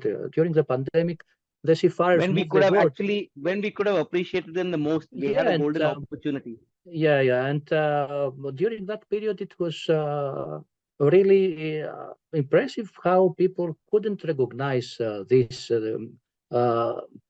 effort, this job that they were doing. But they were asking, our members were asking for this recognition that they deserve. So this lack of awareness among the public and among the media and the decision makers, so we think that we need to work more in order to make the. If I don't know if you would agree with me in saying there were some efforts, but it was fragmented, so it didn't feel the full impact. Everybody in their little bits were doing things, but when it came up to a global scale, it wasn't like it wasn't an industry's concentrated effort, which kind of made it a little bit lackluster and not because not everybody could avail of it as such. Interesting. I know we're quite short on time, and there was a question where I was going to ask you all if you all had one wish to change things, but I've already asked you all for 3, and you all have already thrown it back at me saying there is no crystal ball, which I know. But kind of very briefly to summarize it, and if we could just give a key message, on the day of the seafarer, to industry stakeholders and seafarers. And I would, ladies first now, I know if I would ask Isabel to go first before her internet kind of pulls one on us. Let's see. Yeah, I stay positive. I think we started to move into the right direction for improving or for putting the seafarers and the human into the center. And I also hope, from my perspective, that technology and innovation can also contribute to that. And I'm very hopeful that it can. But I want to bring in that I think the main part of my message is that let's be positive. We're all too slow and we all want it faster and we're all not there. And, it should have been changed before, but I think we're moving into the right direction to put seafarers in the center where they should be. It's amazing, right? I mean, in the last few years, when we said positive, it was quite a negative word, isn't it? I mean, when you had 2 lines on your thing, it was positive, and you wouldn't like to be positive where COVID was concerned. And now, hopefully, we've gone past that and we've gone back to positive is more on mindset and this thing. It's a joke that we kind of have. I know, because I lost my dad to COVID. That was the biggest shakeup in my life before we had any kind of testing gear, etc. But the lessons we've learned and moved on is kind of made us a resilient lot. And I know. Thank you, Isabel. If I could then go to Eric, your message to the industry and stakeholders and seafarers. Yeah, I wish I could give the answer, but I do have none. So I hope it makes in some kind sense. Now, I think when we talk about this, we need to also go back and say who can do what. What can the industry as a whole do? Legislators, insurance companies, unions, etc., legislators. There's some systemic things they can deal with. Then you could say from a company level, cultural level, there's definitely also something companies can do. There's things they can work on, and referring to the case before about having women on board vessels, we have companies who are really trying to figure out what the hell to do to manage this and deal with it in a proper way. And then again, we need to get closer to the seafarers, because we can discuss this at an industry level or general ways, but at the end of the day, the world appears for a seafarer in some way at a given situation under given conditions. What are these unique specific things we need to deal with for this seafarer in order to get his or her well-being back or intact again? So there's different levels we need to deal with this if we are to do with anything in this industry. So that's definitely something I could recommend. Say this we need to figure out. Right. Okay. Thanks, Eric. Coming to Captain Costas. Well, I will be brief. I totally agree with Eric. Actually, it's a very nice approach how he put things in order. But I will be brief. For the companies, for us working ashore, the only thing we can do, the only two things we can do, is to embrace crew members, seafarers, and listen to them. And for the seafarers, I would say, speak out, say exactly what you want, and describe it, the best way you can, in order for us to be able to assist you. But first, we need to assist them. We need to listen to them, but they also have to tell us what exactly they want. Yeah, we'll have to give them that platform where they can actually tell us with anonymity also, because always the fear of retribution is there. And some people are not as magnanimous as us. They may not like to hear, they may not like what they hear. So yeah, but it's a good thought. Yeah, listening to the seafarers is always something key. Nico, your thoughts, a message? Actually, I'm very happy to hear that we need to listen to the seafarers, because actually it's what we are doing. This is our job in ETF. We are listening our members, and we are trying to convey their messages to the industry and to all the stakeholders. So our main message was that all the companies and the regulators have to listen. All they have to do is to listen to the seafarers. They deserve a better future, and as I said earlier, it is a matter of addressing some systemic issues that are of fundamental importance, are huge. It's very positive that there is a great recognition in the industry and in the IMO, in the ILO, a lot of discussion about the need to have a new social contract. This is very important, because we need to go further, to go beyond the international minimum, and also to talk about social sustainability. We have the environmental sustainability, but it goes hand by hand to the social sustainability. We must see it that way, because these are communicating vessels. The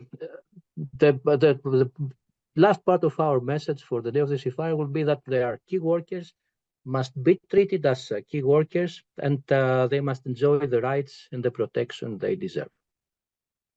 Thank you, Nikos. And if I could just interject, I remember seeing in the pre-notes, I think, Isabel, was it you who had raised about how the fervor is there for the on the ESG, the environment gets all the attention.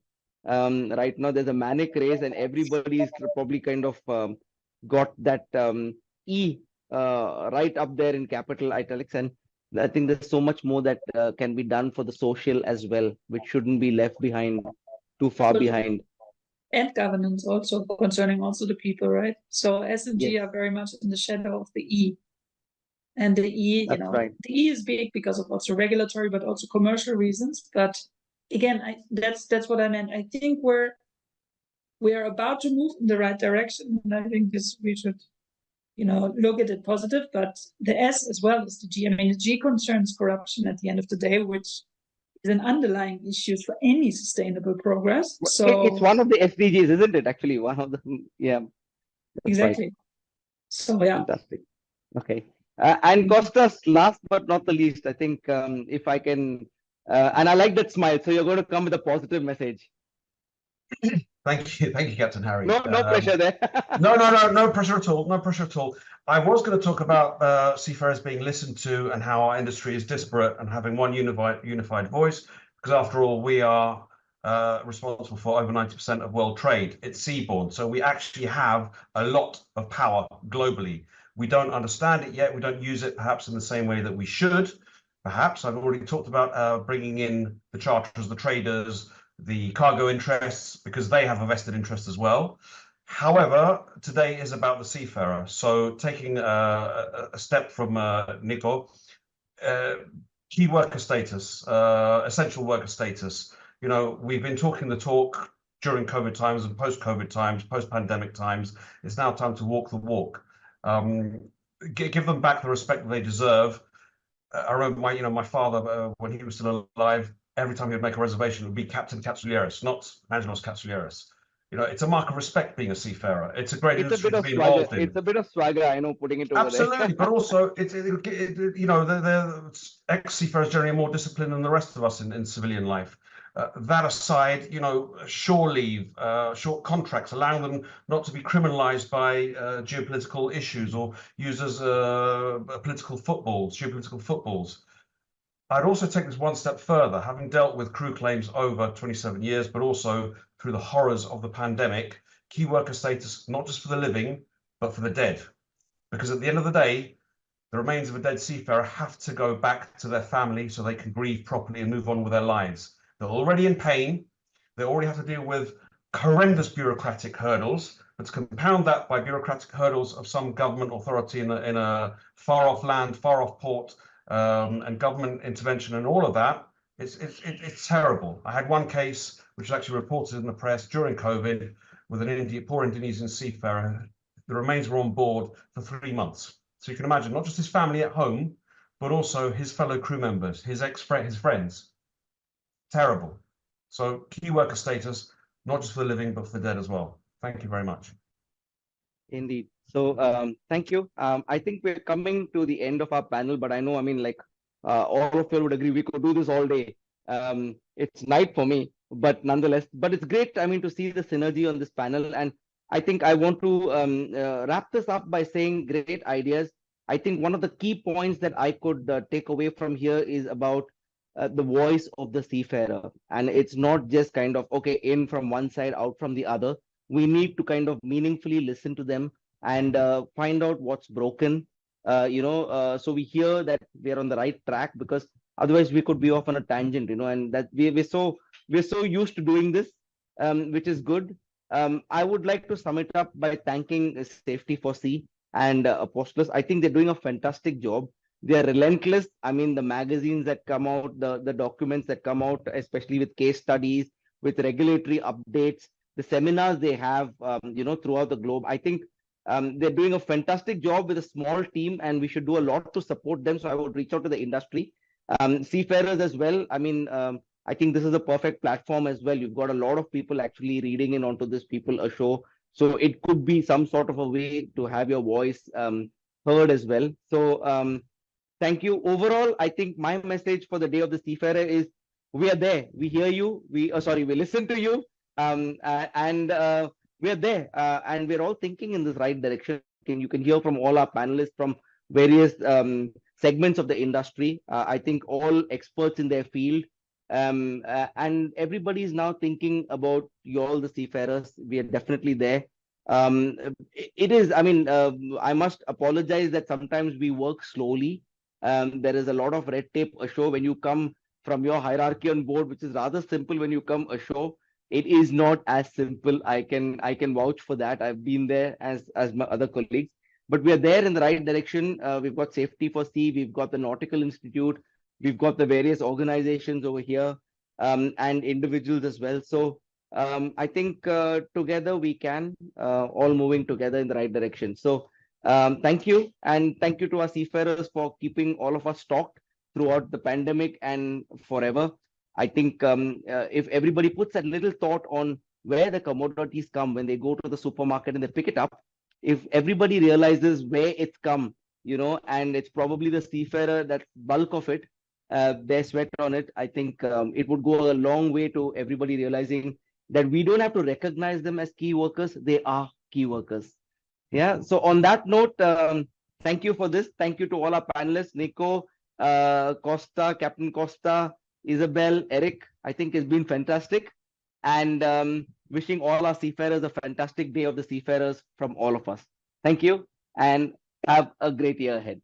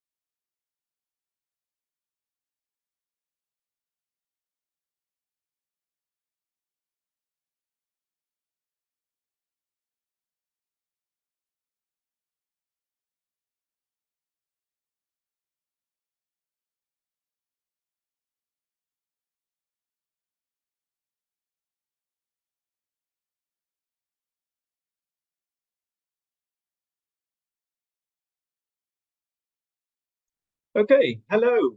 Hello, everyone. My name is Eric Green. I'm coming from Green Jacobson. I'm one of the partners and the managing director. Absolutely delighted to be here to talk about psychological safety.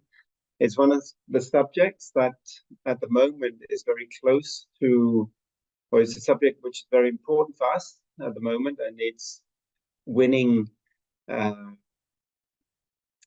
audience because it is an extremely important thing to start talking about.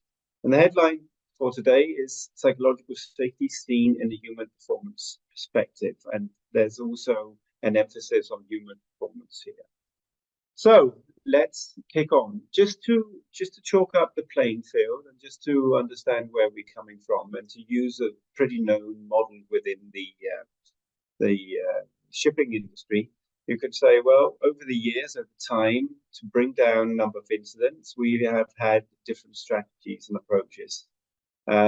Years back, it was predominantly facilities and equipment we looked at. In other words, we looked at the hardware, made the hardware safer or better to protect people's lives and make sure that people couldn't do stupid things or put their fingers at wrong places.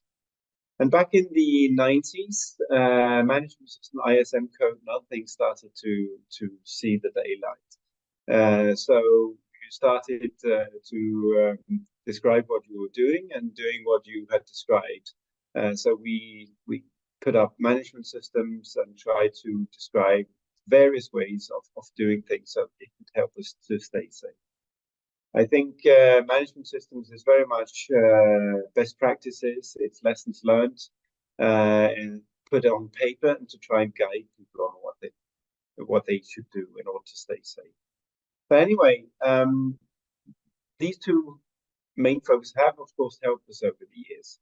But what we can see is, and we can have seen that for many years now, is that there's sort of plateau in number of incidents. And that's where the new agenda point is new focus areas, the human factors. And you could say human factors, human performance, human influencing factors, etc., etc. It's all in that equation. And the Sciatu Mill, Rio Tinto, RightShip, and others are trying to focus more on that and figure out how we can do this differently. Or in other words, what is the new approach towards this? And really, that's what I'm going to be trying to talk about today, is to try and highlight what psychological safety can do in this respect. If I just take a step back before we talk more about psychological safety, I'll define it in a second.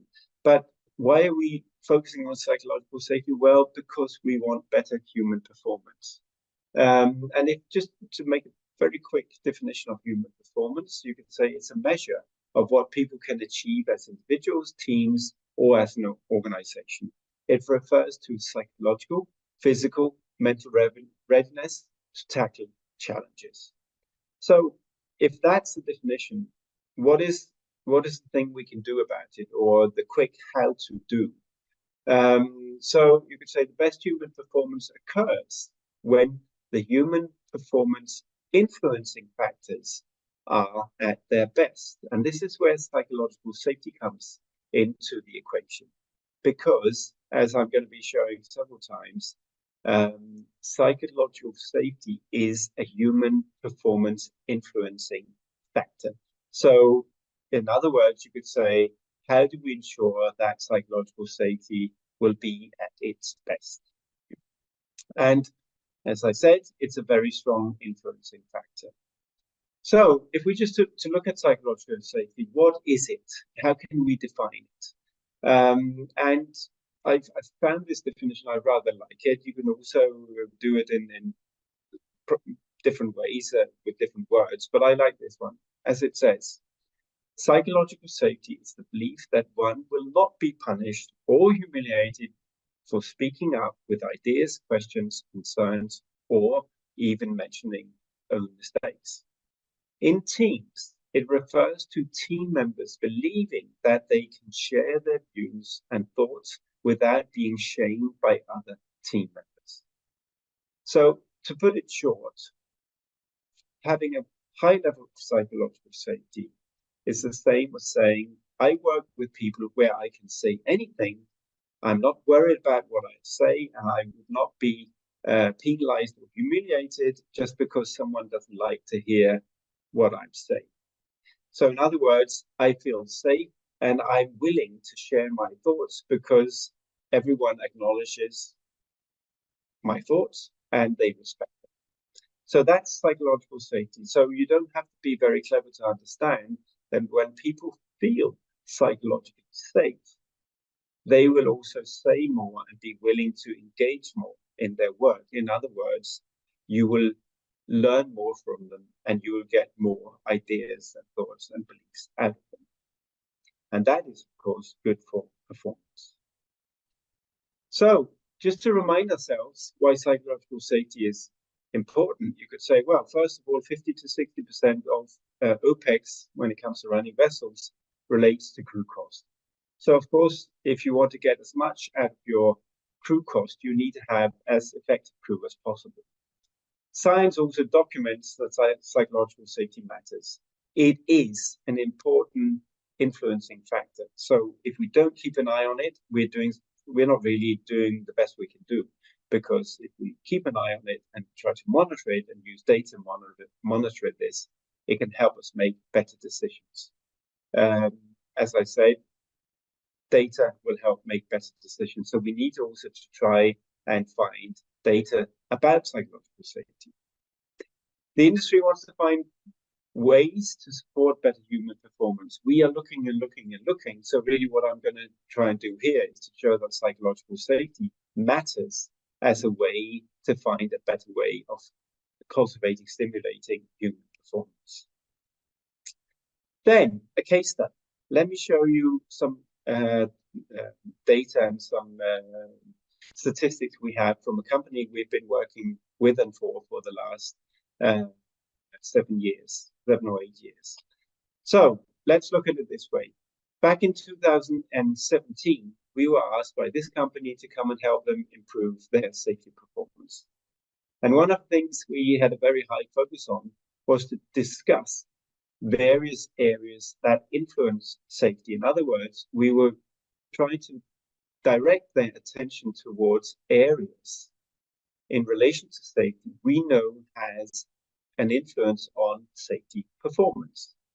And if you just look at the statistics at the right side, the lost time accident frequency, since 2017, where we came in, we've actually reduced the number of incidents by 42%, or the number of LTAs by 42%.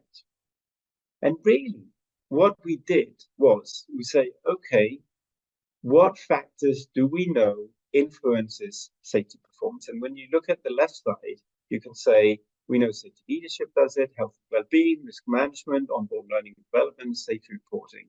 So if we want to influence the end result, the LTA, we need to start looking at the factors that influence the end result. And when you look at the different curves there at the beginning of this work, you will see that they have moved to something better.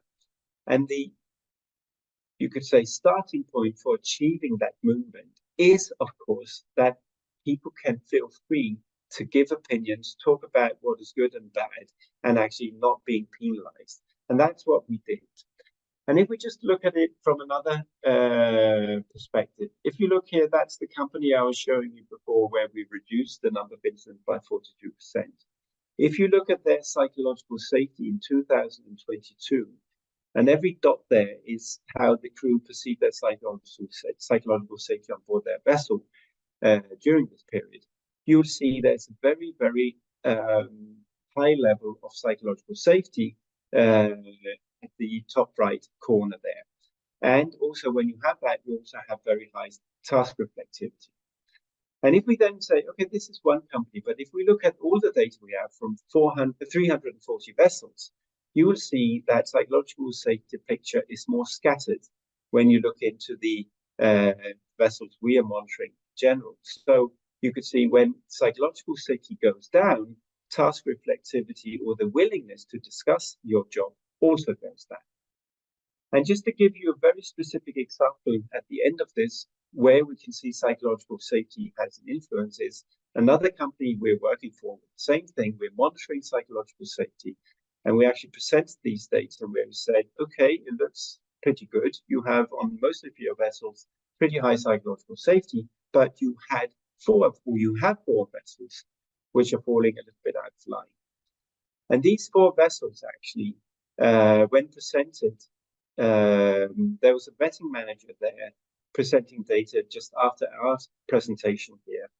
And he was talking about vetting results, said it was pretty good, but they had four vessels that fell out of line. And it was the four same vessels that were struggling with the vetting performance who had the poorest psychological safety. So you could say psychological safety, and it's quite easy to understand in some ways. When you have low psychological safety on board or the fear of speaking up, people will stop talking. And when people stop talking and reflecting and sharing their thoughts, performance will go down because you don't use the ideas and insights of others.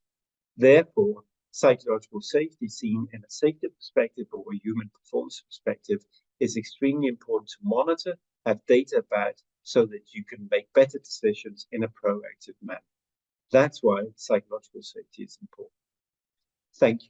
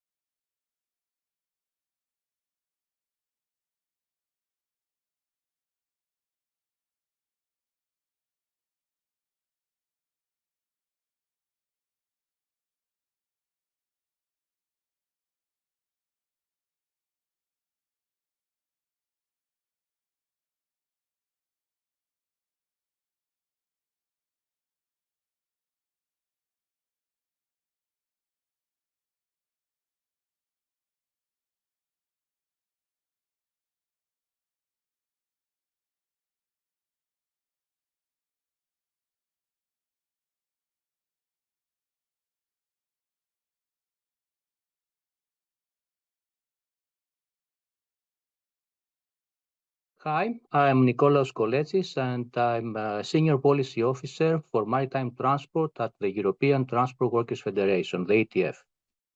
My presentation is about fatigue of seafarers and the fact that today's seafarers have insufficient rest hours due to extreme workload that was increased radically because of the multiplication of tasks with reduced crewing levels at the same time, but also insufficient rest because of the adjustment, I could say falsification of the rest and work hours records.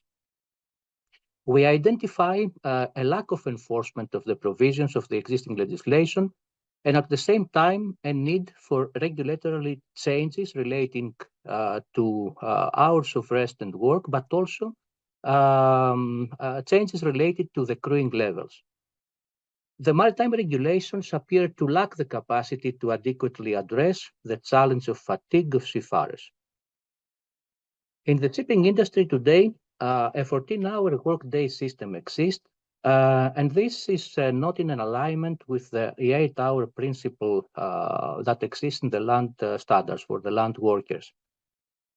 All the endeavors of the ILO to create a framework for the working hours of seafarers failed in the past, and it was not until the 1995 that there was a legislation to introduce a limitation for the working hours of the seafarers. It was introduced at the IMO and not the ILO, and limited the working day to 14 hours.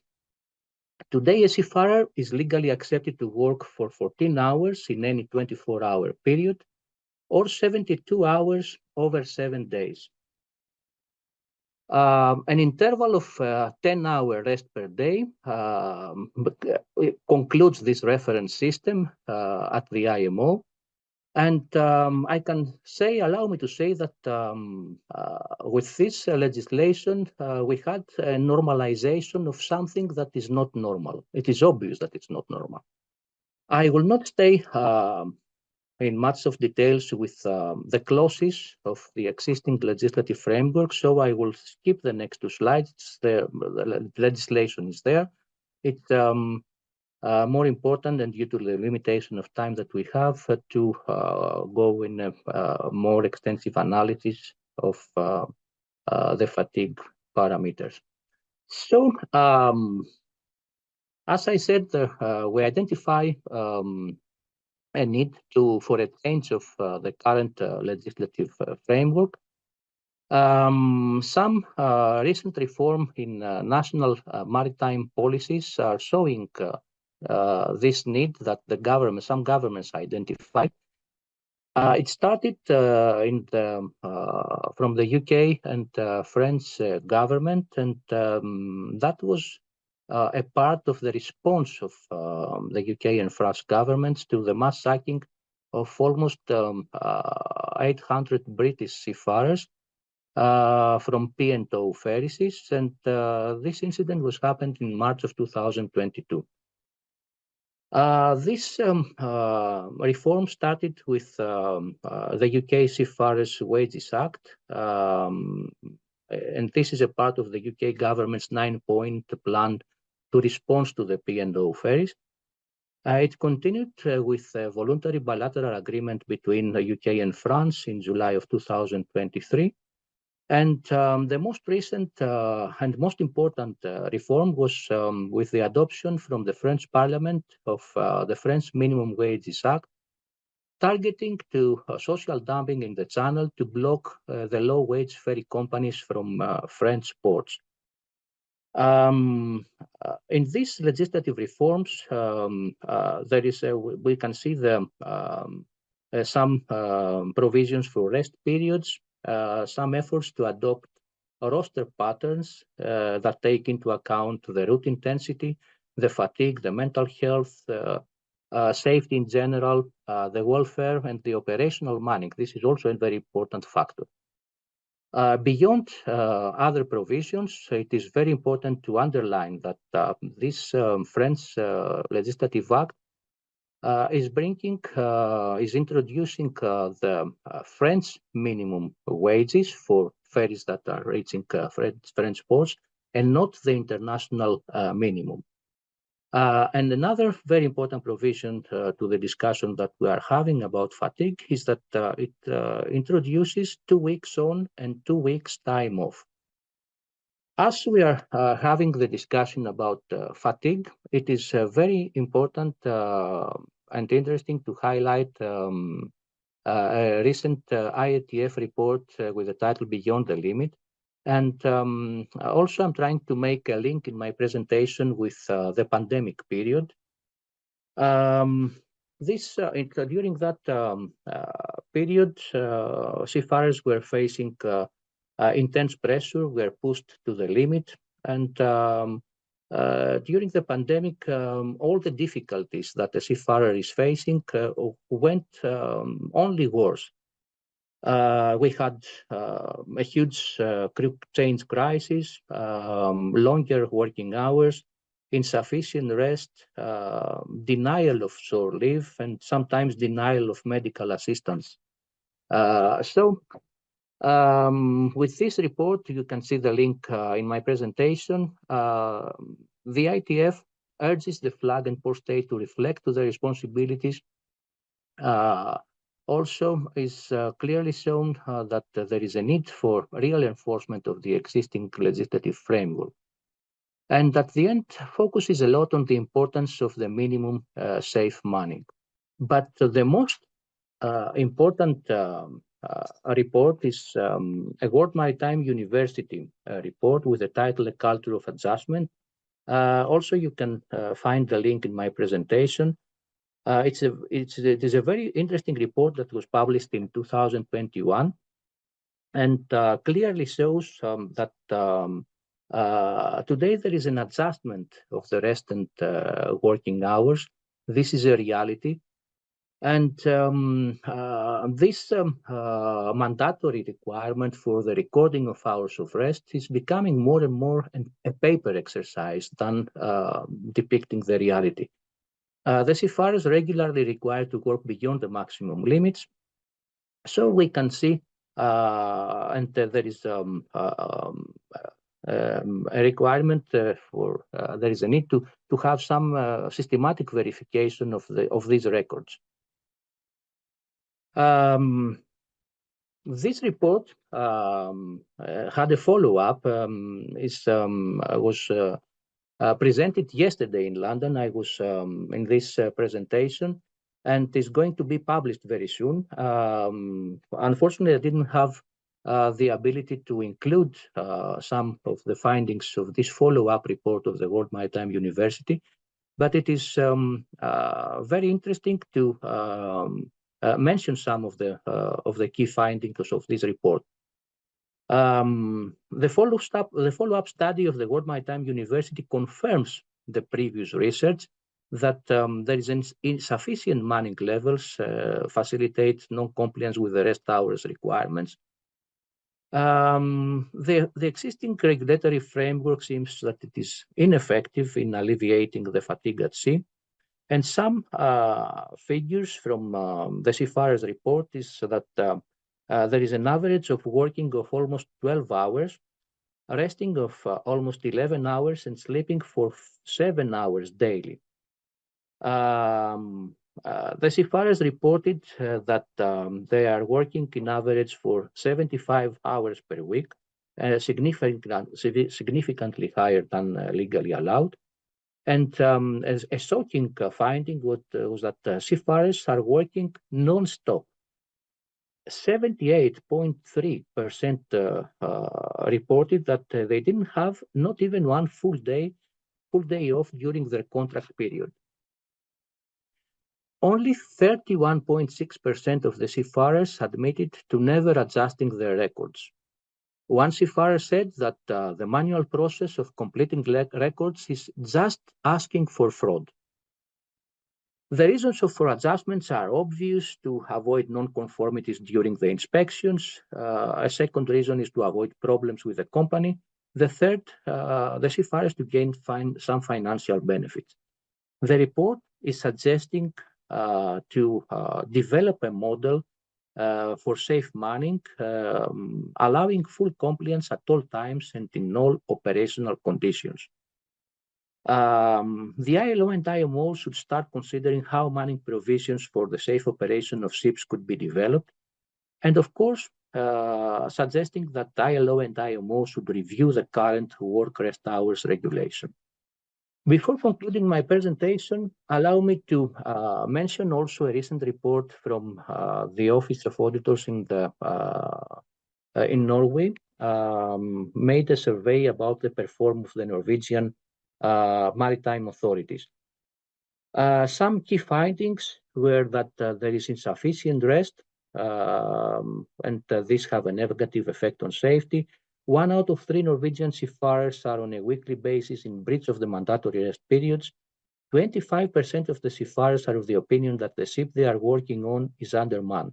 And imagine that this is happening. These findings are in one of the most qualitative flags and one of the most modern maritime authorities worldwide. Imagine what is happening in secondary registers or in the flag system of the flags of convenience.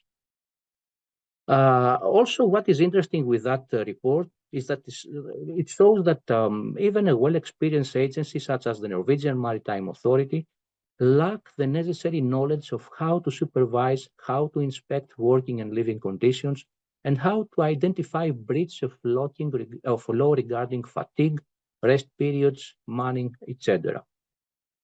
It is also important that in Norway there are procedures for the evaluation of performance of the state authorities, something that is not the case in many European Union member states. Such reports and surveys could be mandatory for all member states and for the maritime transport authorities in the future.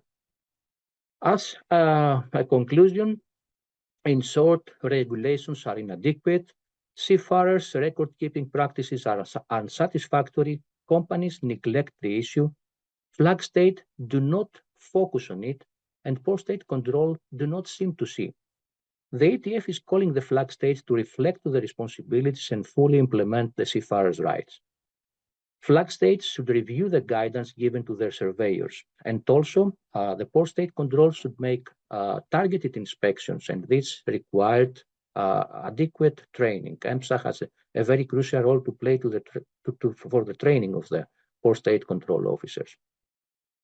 It is time IMO and ILO to review the current manning and the work rest hours regulations and proceed with a reform of this anachronistic and unacceptable regime that legally accepts a 14 hours per day regime for the seafarers.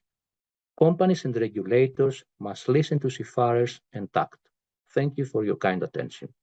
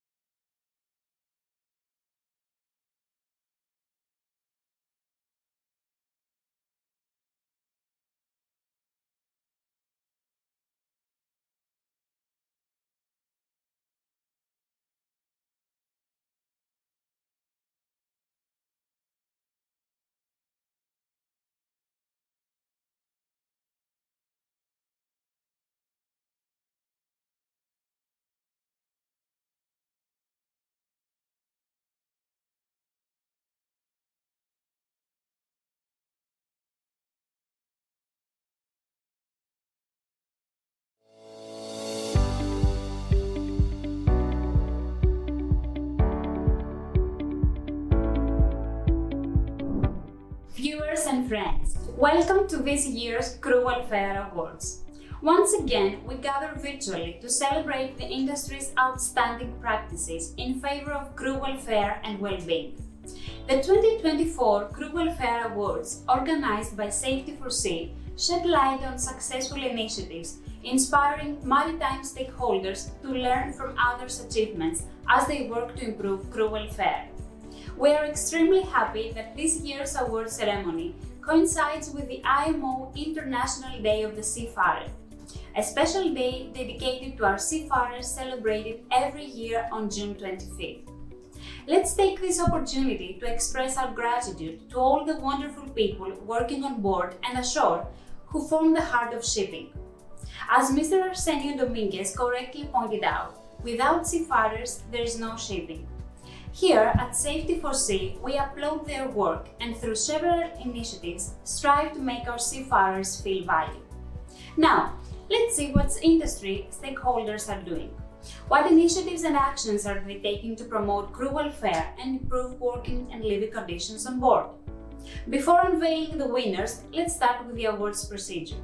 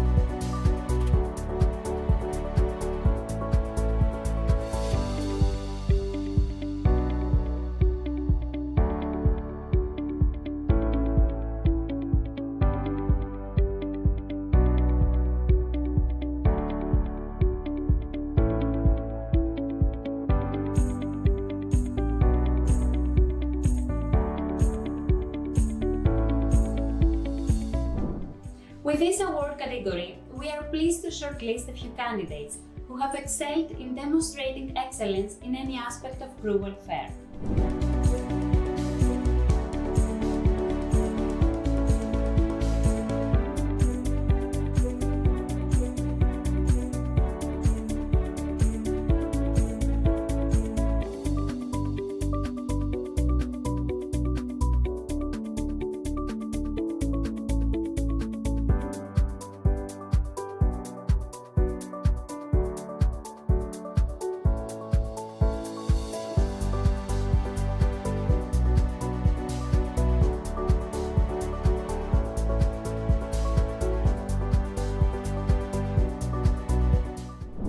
The 2024 Crew Welfare Tanker Operator Award goes to Anglo-Eastern Ship Management.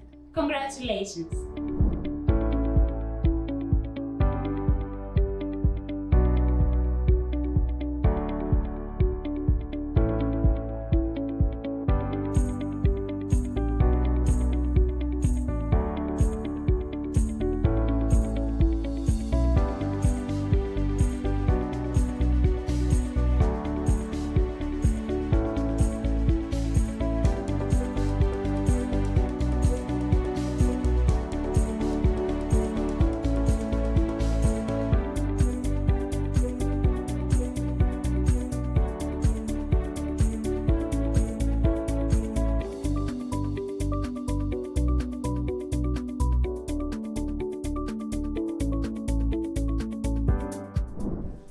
We are now joined by a company's representative to accept this award.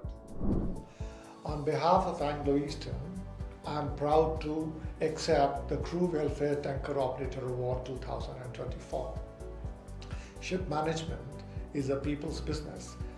Therefore, it's a privilege to be honored for taking care of our own people. we run more than 60 initiatives under our We Care program, which allows us to cater to different needs of more than 30,000 seafarers who work with us. We have Starlink on more than 350 ships, which further enhances our well-being initiatives. We would like to thank all those who voted for us.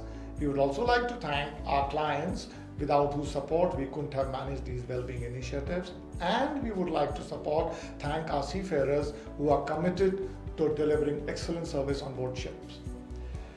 This award recognizes our relentless pursuit to deliver better crew welfare, and the award also will encourage our We Care team to deliver further better service in coming years. Thank you very much. Let's move on to the second category for today and look at the dry bulk operators who have contributed towards enhanced crew welfare.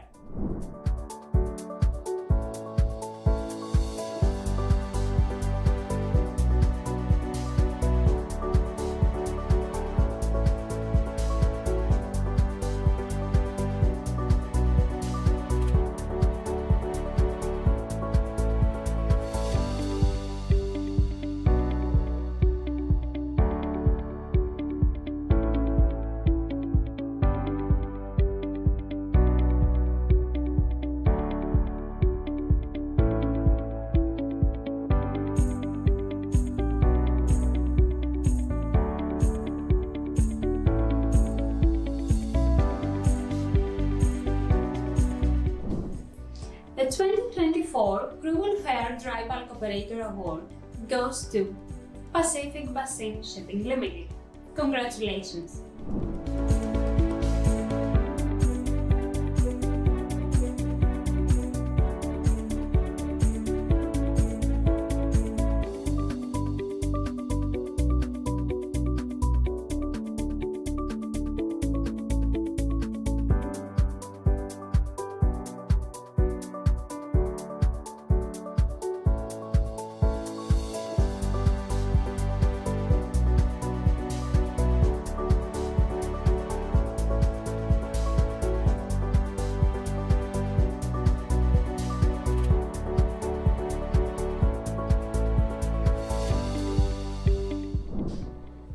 Let's welcome Mr. Harsh Vihel to hear a few words about his company's role in accelerating maritime decarbonization. Pacific Basin is a firm believer in diversity, equity, and inclusion. With offices in 12 countries and 114 owned ships managed in-house, our 389 shore staff come from 38 nationalities and our 4,496 seafarers from 10 nationalities. As a ship owner with a sizable fleet managed in-house, we pride ourselves in providing a safe, secure, and healthy workspace for all our colleagues, especially those at sea. Lead by example to bring about a change in the industry. We have long championed the inclusion of female seafarers among our colleagues at sea and have focused in providing them with a caring environment to succeed in the maritime industry. We are very honored to be recognized with the Dry Bulk Operator Award and thank the efforts of all our teams ashore and on board for this achievement. Given the multiple challenges that seafarers face daily on board, the importance of crew welfare should not be underrated. There are many crew managers taking the lead in improving life on board. Now, let's watch the video with the shortlisted crew managers of this award category.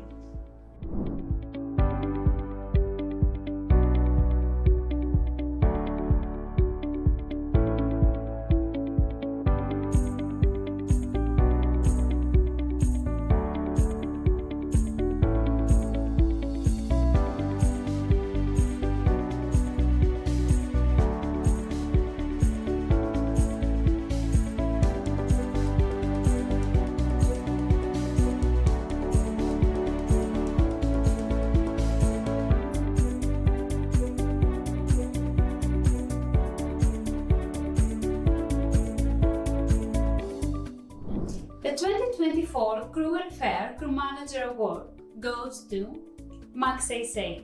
Congratulations!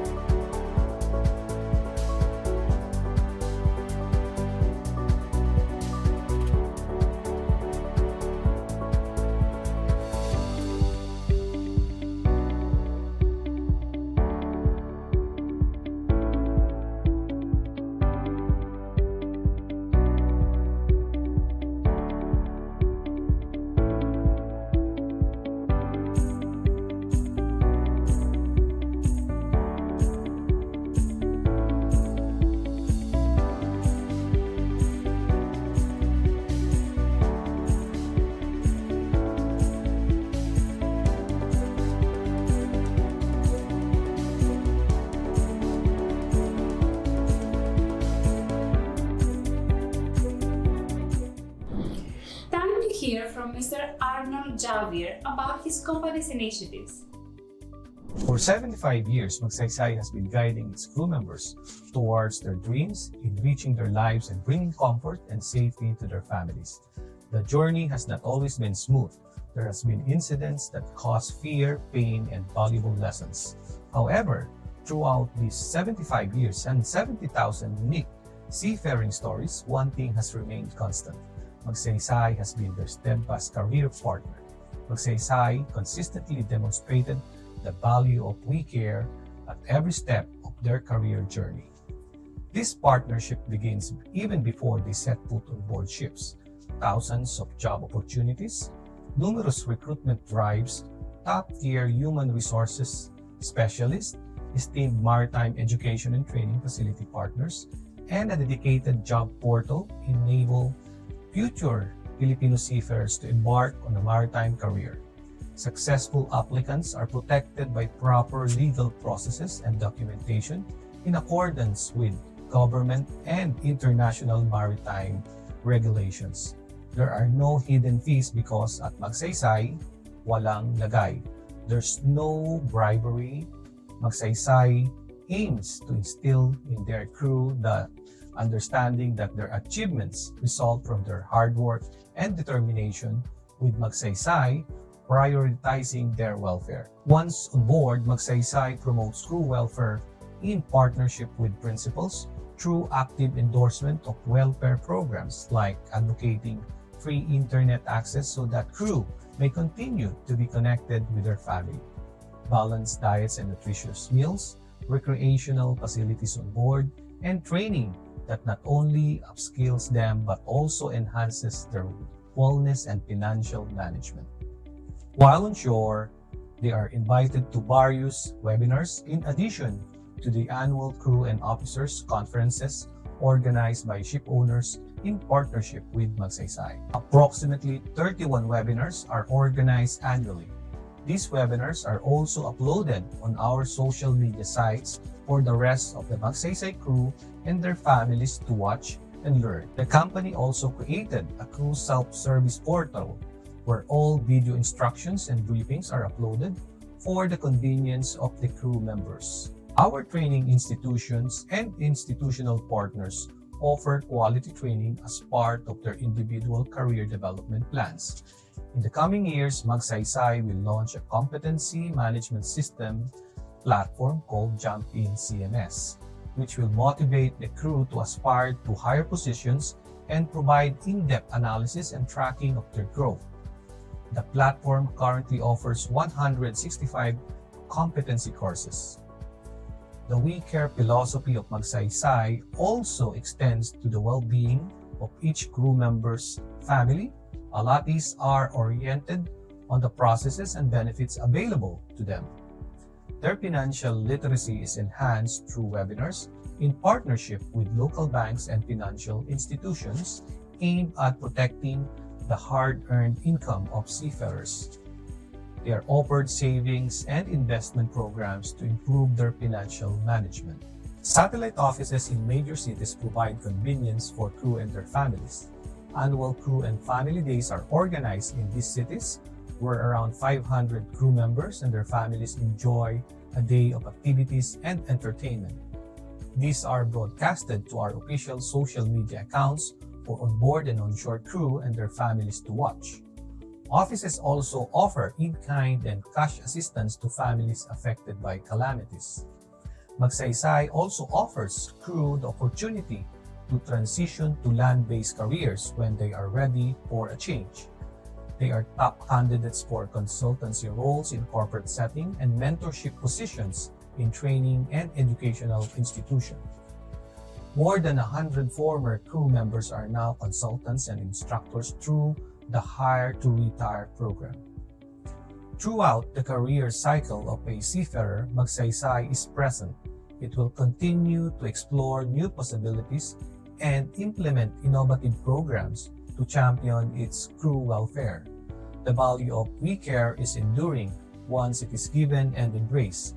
In return, Magsaysay knows that the crew and their families extend this value by helping the communities, perpetuating the cycle of we care. The fourth category award recognizes service providers who have significantly contributed to decent living and working conditions on board vessels. Time to watch the video with the shortlisted nominees.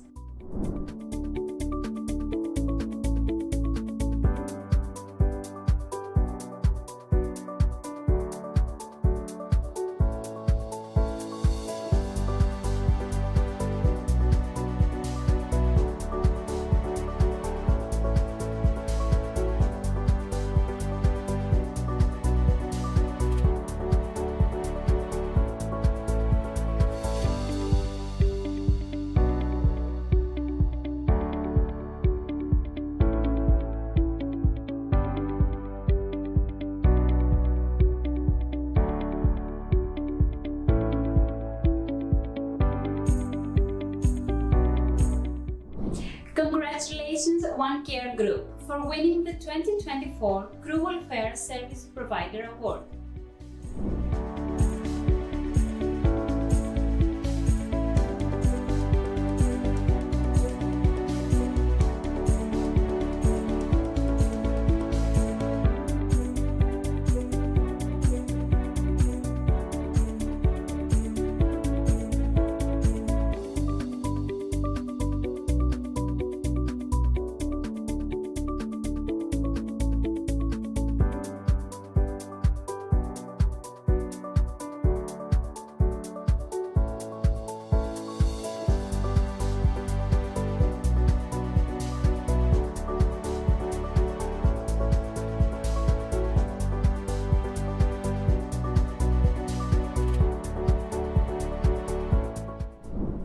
One Care Group representative will accept this award.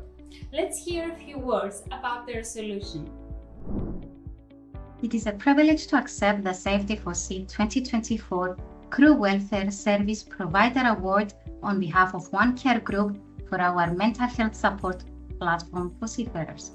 At One Care Group, we understand that the health, training and well-being of seafarers is paramount. Our platform was created to provide essential mental and physical health support, education and training, ensuring that those who work tirelessly at sea have access to the care they need and growth opportunities no matter where they are in the world. This award is a testament to the dedication and hard work of our team. Their unwavering commitment to improving the lives of seafarers drives our mission forward every day. We are also deeply thankful to our partners, clients, and the seafarers who trust us. A heartfelt thank you to Safety for Sea for acknowledging the importance of seafarers' well-being in the maritime industry. This award motivates us to continue enhancing our services and expanding our reach to support even more seafarers globally. To everyone who has supported us on this journey, thank you. Together, we can make a significant difference in the lives of seafarers, ensuring they receive the care and support they deserve. With this award category, we are happy to shortlist a few non-profit organizations which have put seafarers' well-being on top of their agenda.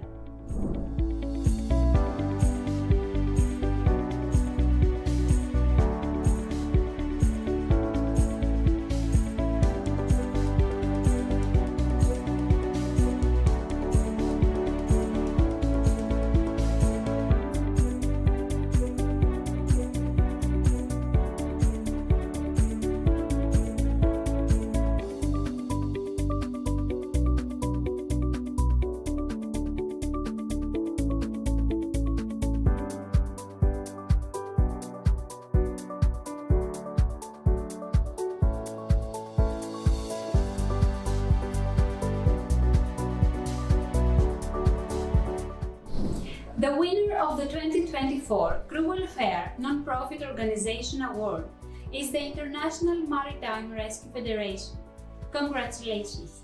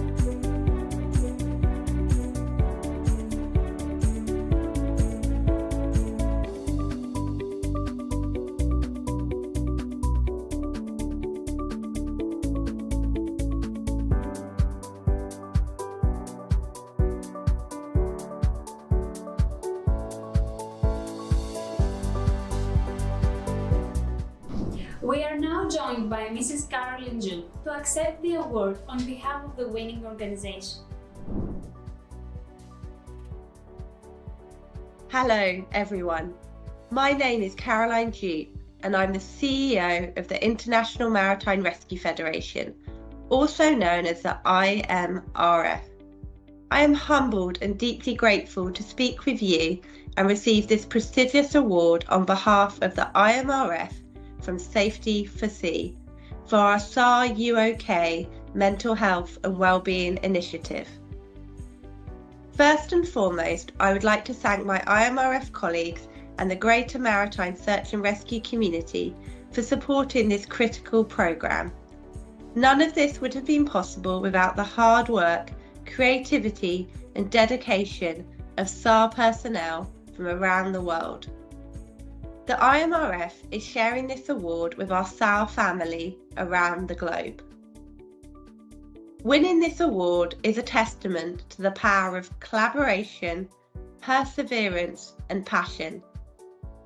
It reminds us that we can achieve remarkable things when we come together and support each other. The IMRF is steadfast in its mission to enhance maritime SAR operations around the globe. This award validates our efforts to advocate, share knowledge and foster international collaboration, all in the pursuit of a more effective SAR operations and a prosperous working environment for the people that put their own safety at risk on a daily basis. We are proud to once again provide critical support and guidance for the maritime SAR organisations, this time for our SAR UOK guidance and best practice document, to help organisations enact a framework suitable to their setting to manage mental health and wellbeing. This document emphasises the need for leadership commitment to mental health and wellbeing, including organisational culture, good working conditions and clear policies and procedures. Over the past year, we have spoken to many SAR personnel and first-hand heard the trauma that can be experienced from coordinating, responding to and conducting SAR missions. And therefore, just as physical safety is very important in maritime SAR, mental health and wellbeing is equally important. Through education, peer support, access to resources and advocacy, this initiative aims to create a resilient and healthy SAR workforce capable of effectively responding to emergencies while maintaining mental health. Finally, I dedicate this award to SAR members worldwide for their hard work, dedication and willingness to help others in need on the world's waters. Thank you all so much for this incredible honour. I am truly grateful. Diversity and inclusion are finally receiving the much-needed attention they deserve. However, while significant progress is being made, there is still much work to be done. Let's take a look at the organizations that have made significant contributions towards creating a more diverse and inclusive industry.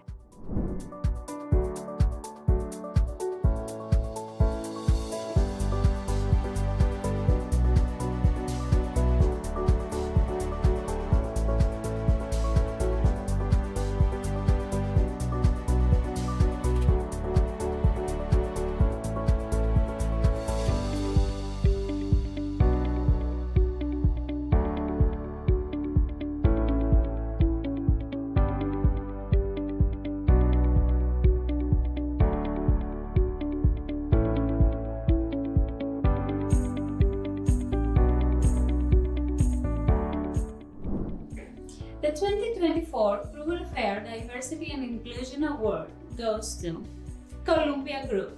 Congratulations!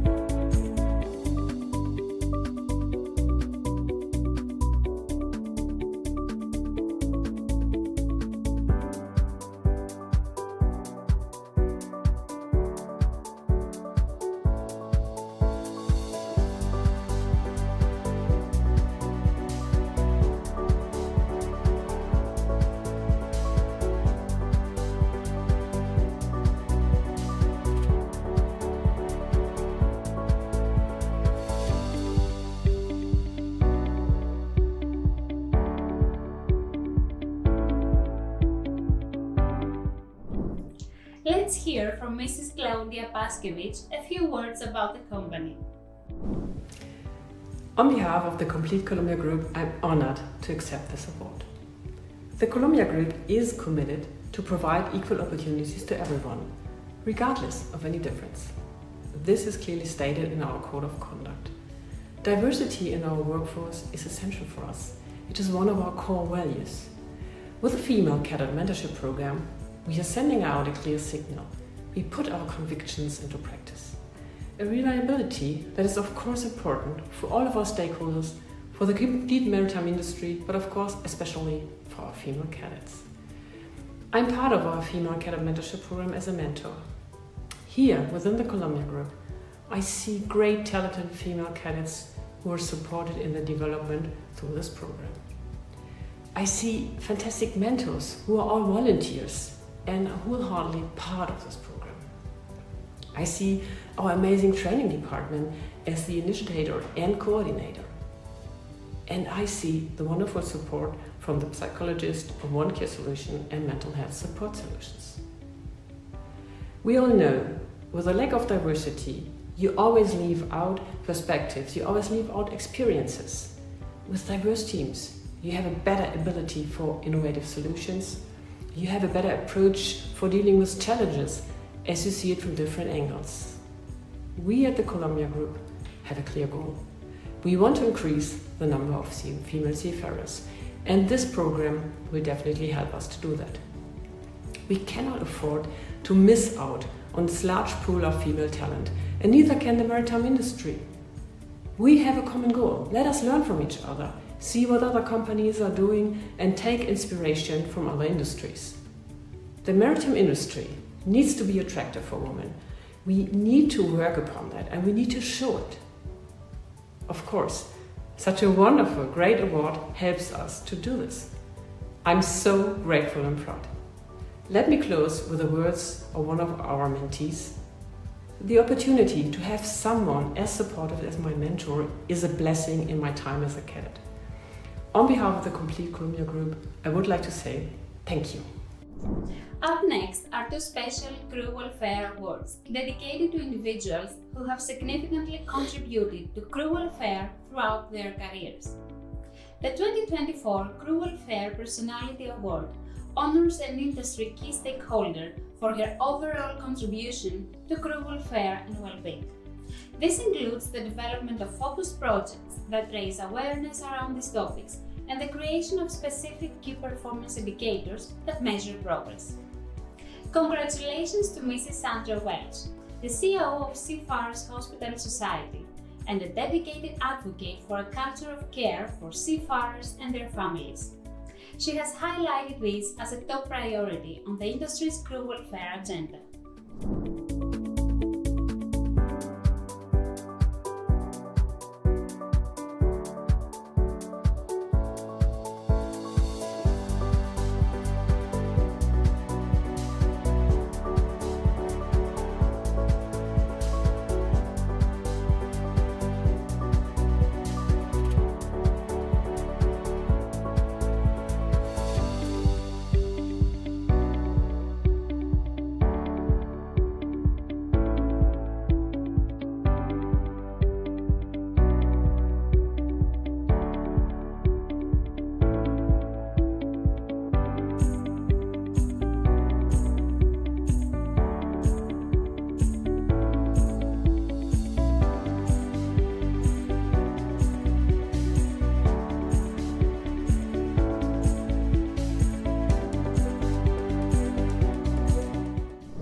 Now, it's time to hear a few words from Mrs. Sandra Welch. Hello everyone. I'm thrilled to have been awarded this year's Safety for Sea Crew Welfare Personality Award, and I'm truly humbled to be recognised for my contributions towards keeping our seafarers safe, healthy and happy. This is something I remain absolutely committed to, and every day I'm fortunate to work alongside so many talented and dedicated people across a variety of sectors, doing everything in their power to make our industry one where seafarers can really thrive. It's this variety of people that make my work such a pleasure, and I've been fortunate to have worked with so many passionate people and organisations throughout my career, without whose tireless efforts I would not be where I am today. As the CEO of the Seafarers Hospital Society, I am proud to be part of an organisation that has been a force for change for over 200 years, with a rich legacy of pioneering work in seafarers' health and welfare. Every day, I learn through my interactions with its history and its trustees, including Dr. Tim Carter, who was instrumental in our collaboration with Yale University, and the subsequent development of our best practice KPI toolkit to help organisations foster a culture of care throughout the maritime sector. I'd also like to thank my work colleagues, Rena, Laura and Joey, who are a real joy to work with. Our efforts are shared and implemented through collaborations with so many wonderful teams, including Seafit, Sail, Together All, and our UK-wide physiotherapy partners. I'd also like to extend our heartfelt thanks to Safety for Sea and their talented teams led by Apostolos Belokas for their long-standing dedication to crew welfare. I'm grateful to everyone who has placed their trust in me over the years and to everyone who voted in these awards. Last but not least, I would like to thank the seafarers who show immense courage and fortitude in their work and advocacy for a better industry. This award is not just mine, but yours as well. Thank you. Last but not least, the 2024 Crew Welfare Leadership Award recognizes an individual who has pioneered within the maritime industry, showcasing innovative leadership. Congratulations to Reverend Canon Andrew Wright, Secretary General of the Mission to Seafarers, for his dedication and commitment to the cause of seafarer welfare through his leadership of the Mission to Seafarers. The organization has a presence in over 200 ports across more than 50 countries, with over 70 frontline staff, around 100 chaplains, and a global network of volunteers, including those who help run the Mission Seafarer Centers.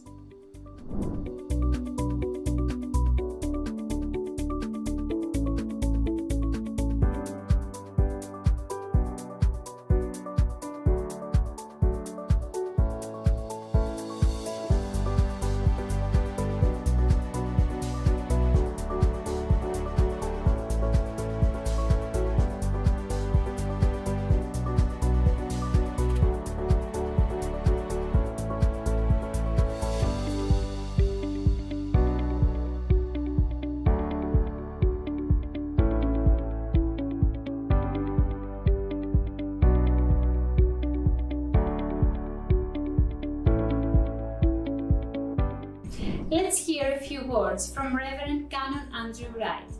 Hello everybody, I accept this award with very grateful thanks and with a very great deal of humility. As always in these cases, such as we have achieved over these last 12 years has been a very much a collective effort. I have amazing teams across the world. I have an amazing team at our London headquarters. I have very, very strong leadership. And we also put great store by our many, many partners, our maritime welfare colleagues, partners right across shipping, our supporters and far beyond. It is the efforts of many people that have made this period a very exciting one of development and change for us. It's a period which has included, of course, the huge challenges of the pandemic, subsequently of the Ukraine war, and now of the Red Sea crisis. These things are things which have imposed massive extra strain and stress on seafarers and their families on top of all the ones they normally experience. And it's been our great privilege and honour to sustain work throughout, albeit through periods of that time we've had to work in very different ways. It has been an exciting time for us. It's been a period when we've sought to develop our port working quite considerably to make sure we have the right services in the right places, and that we're working always to modernise our work and keep it fresh and relevant amidst the many changes of shipping.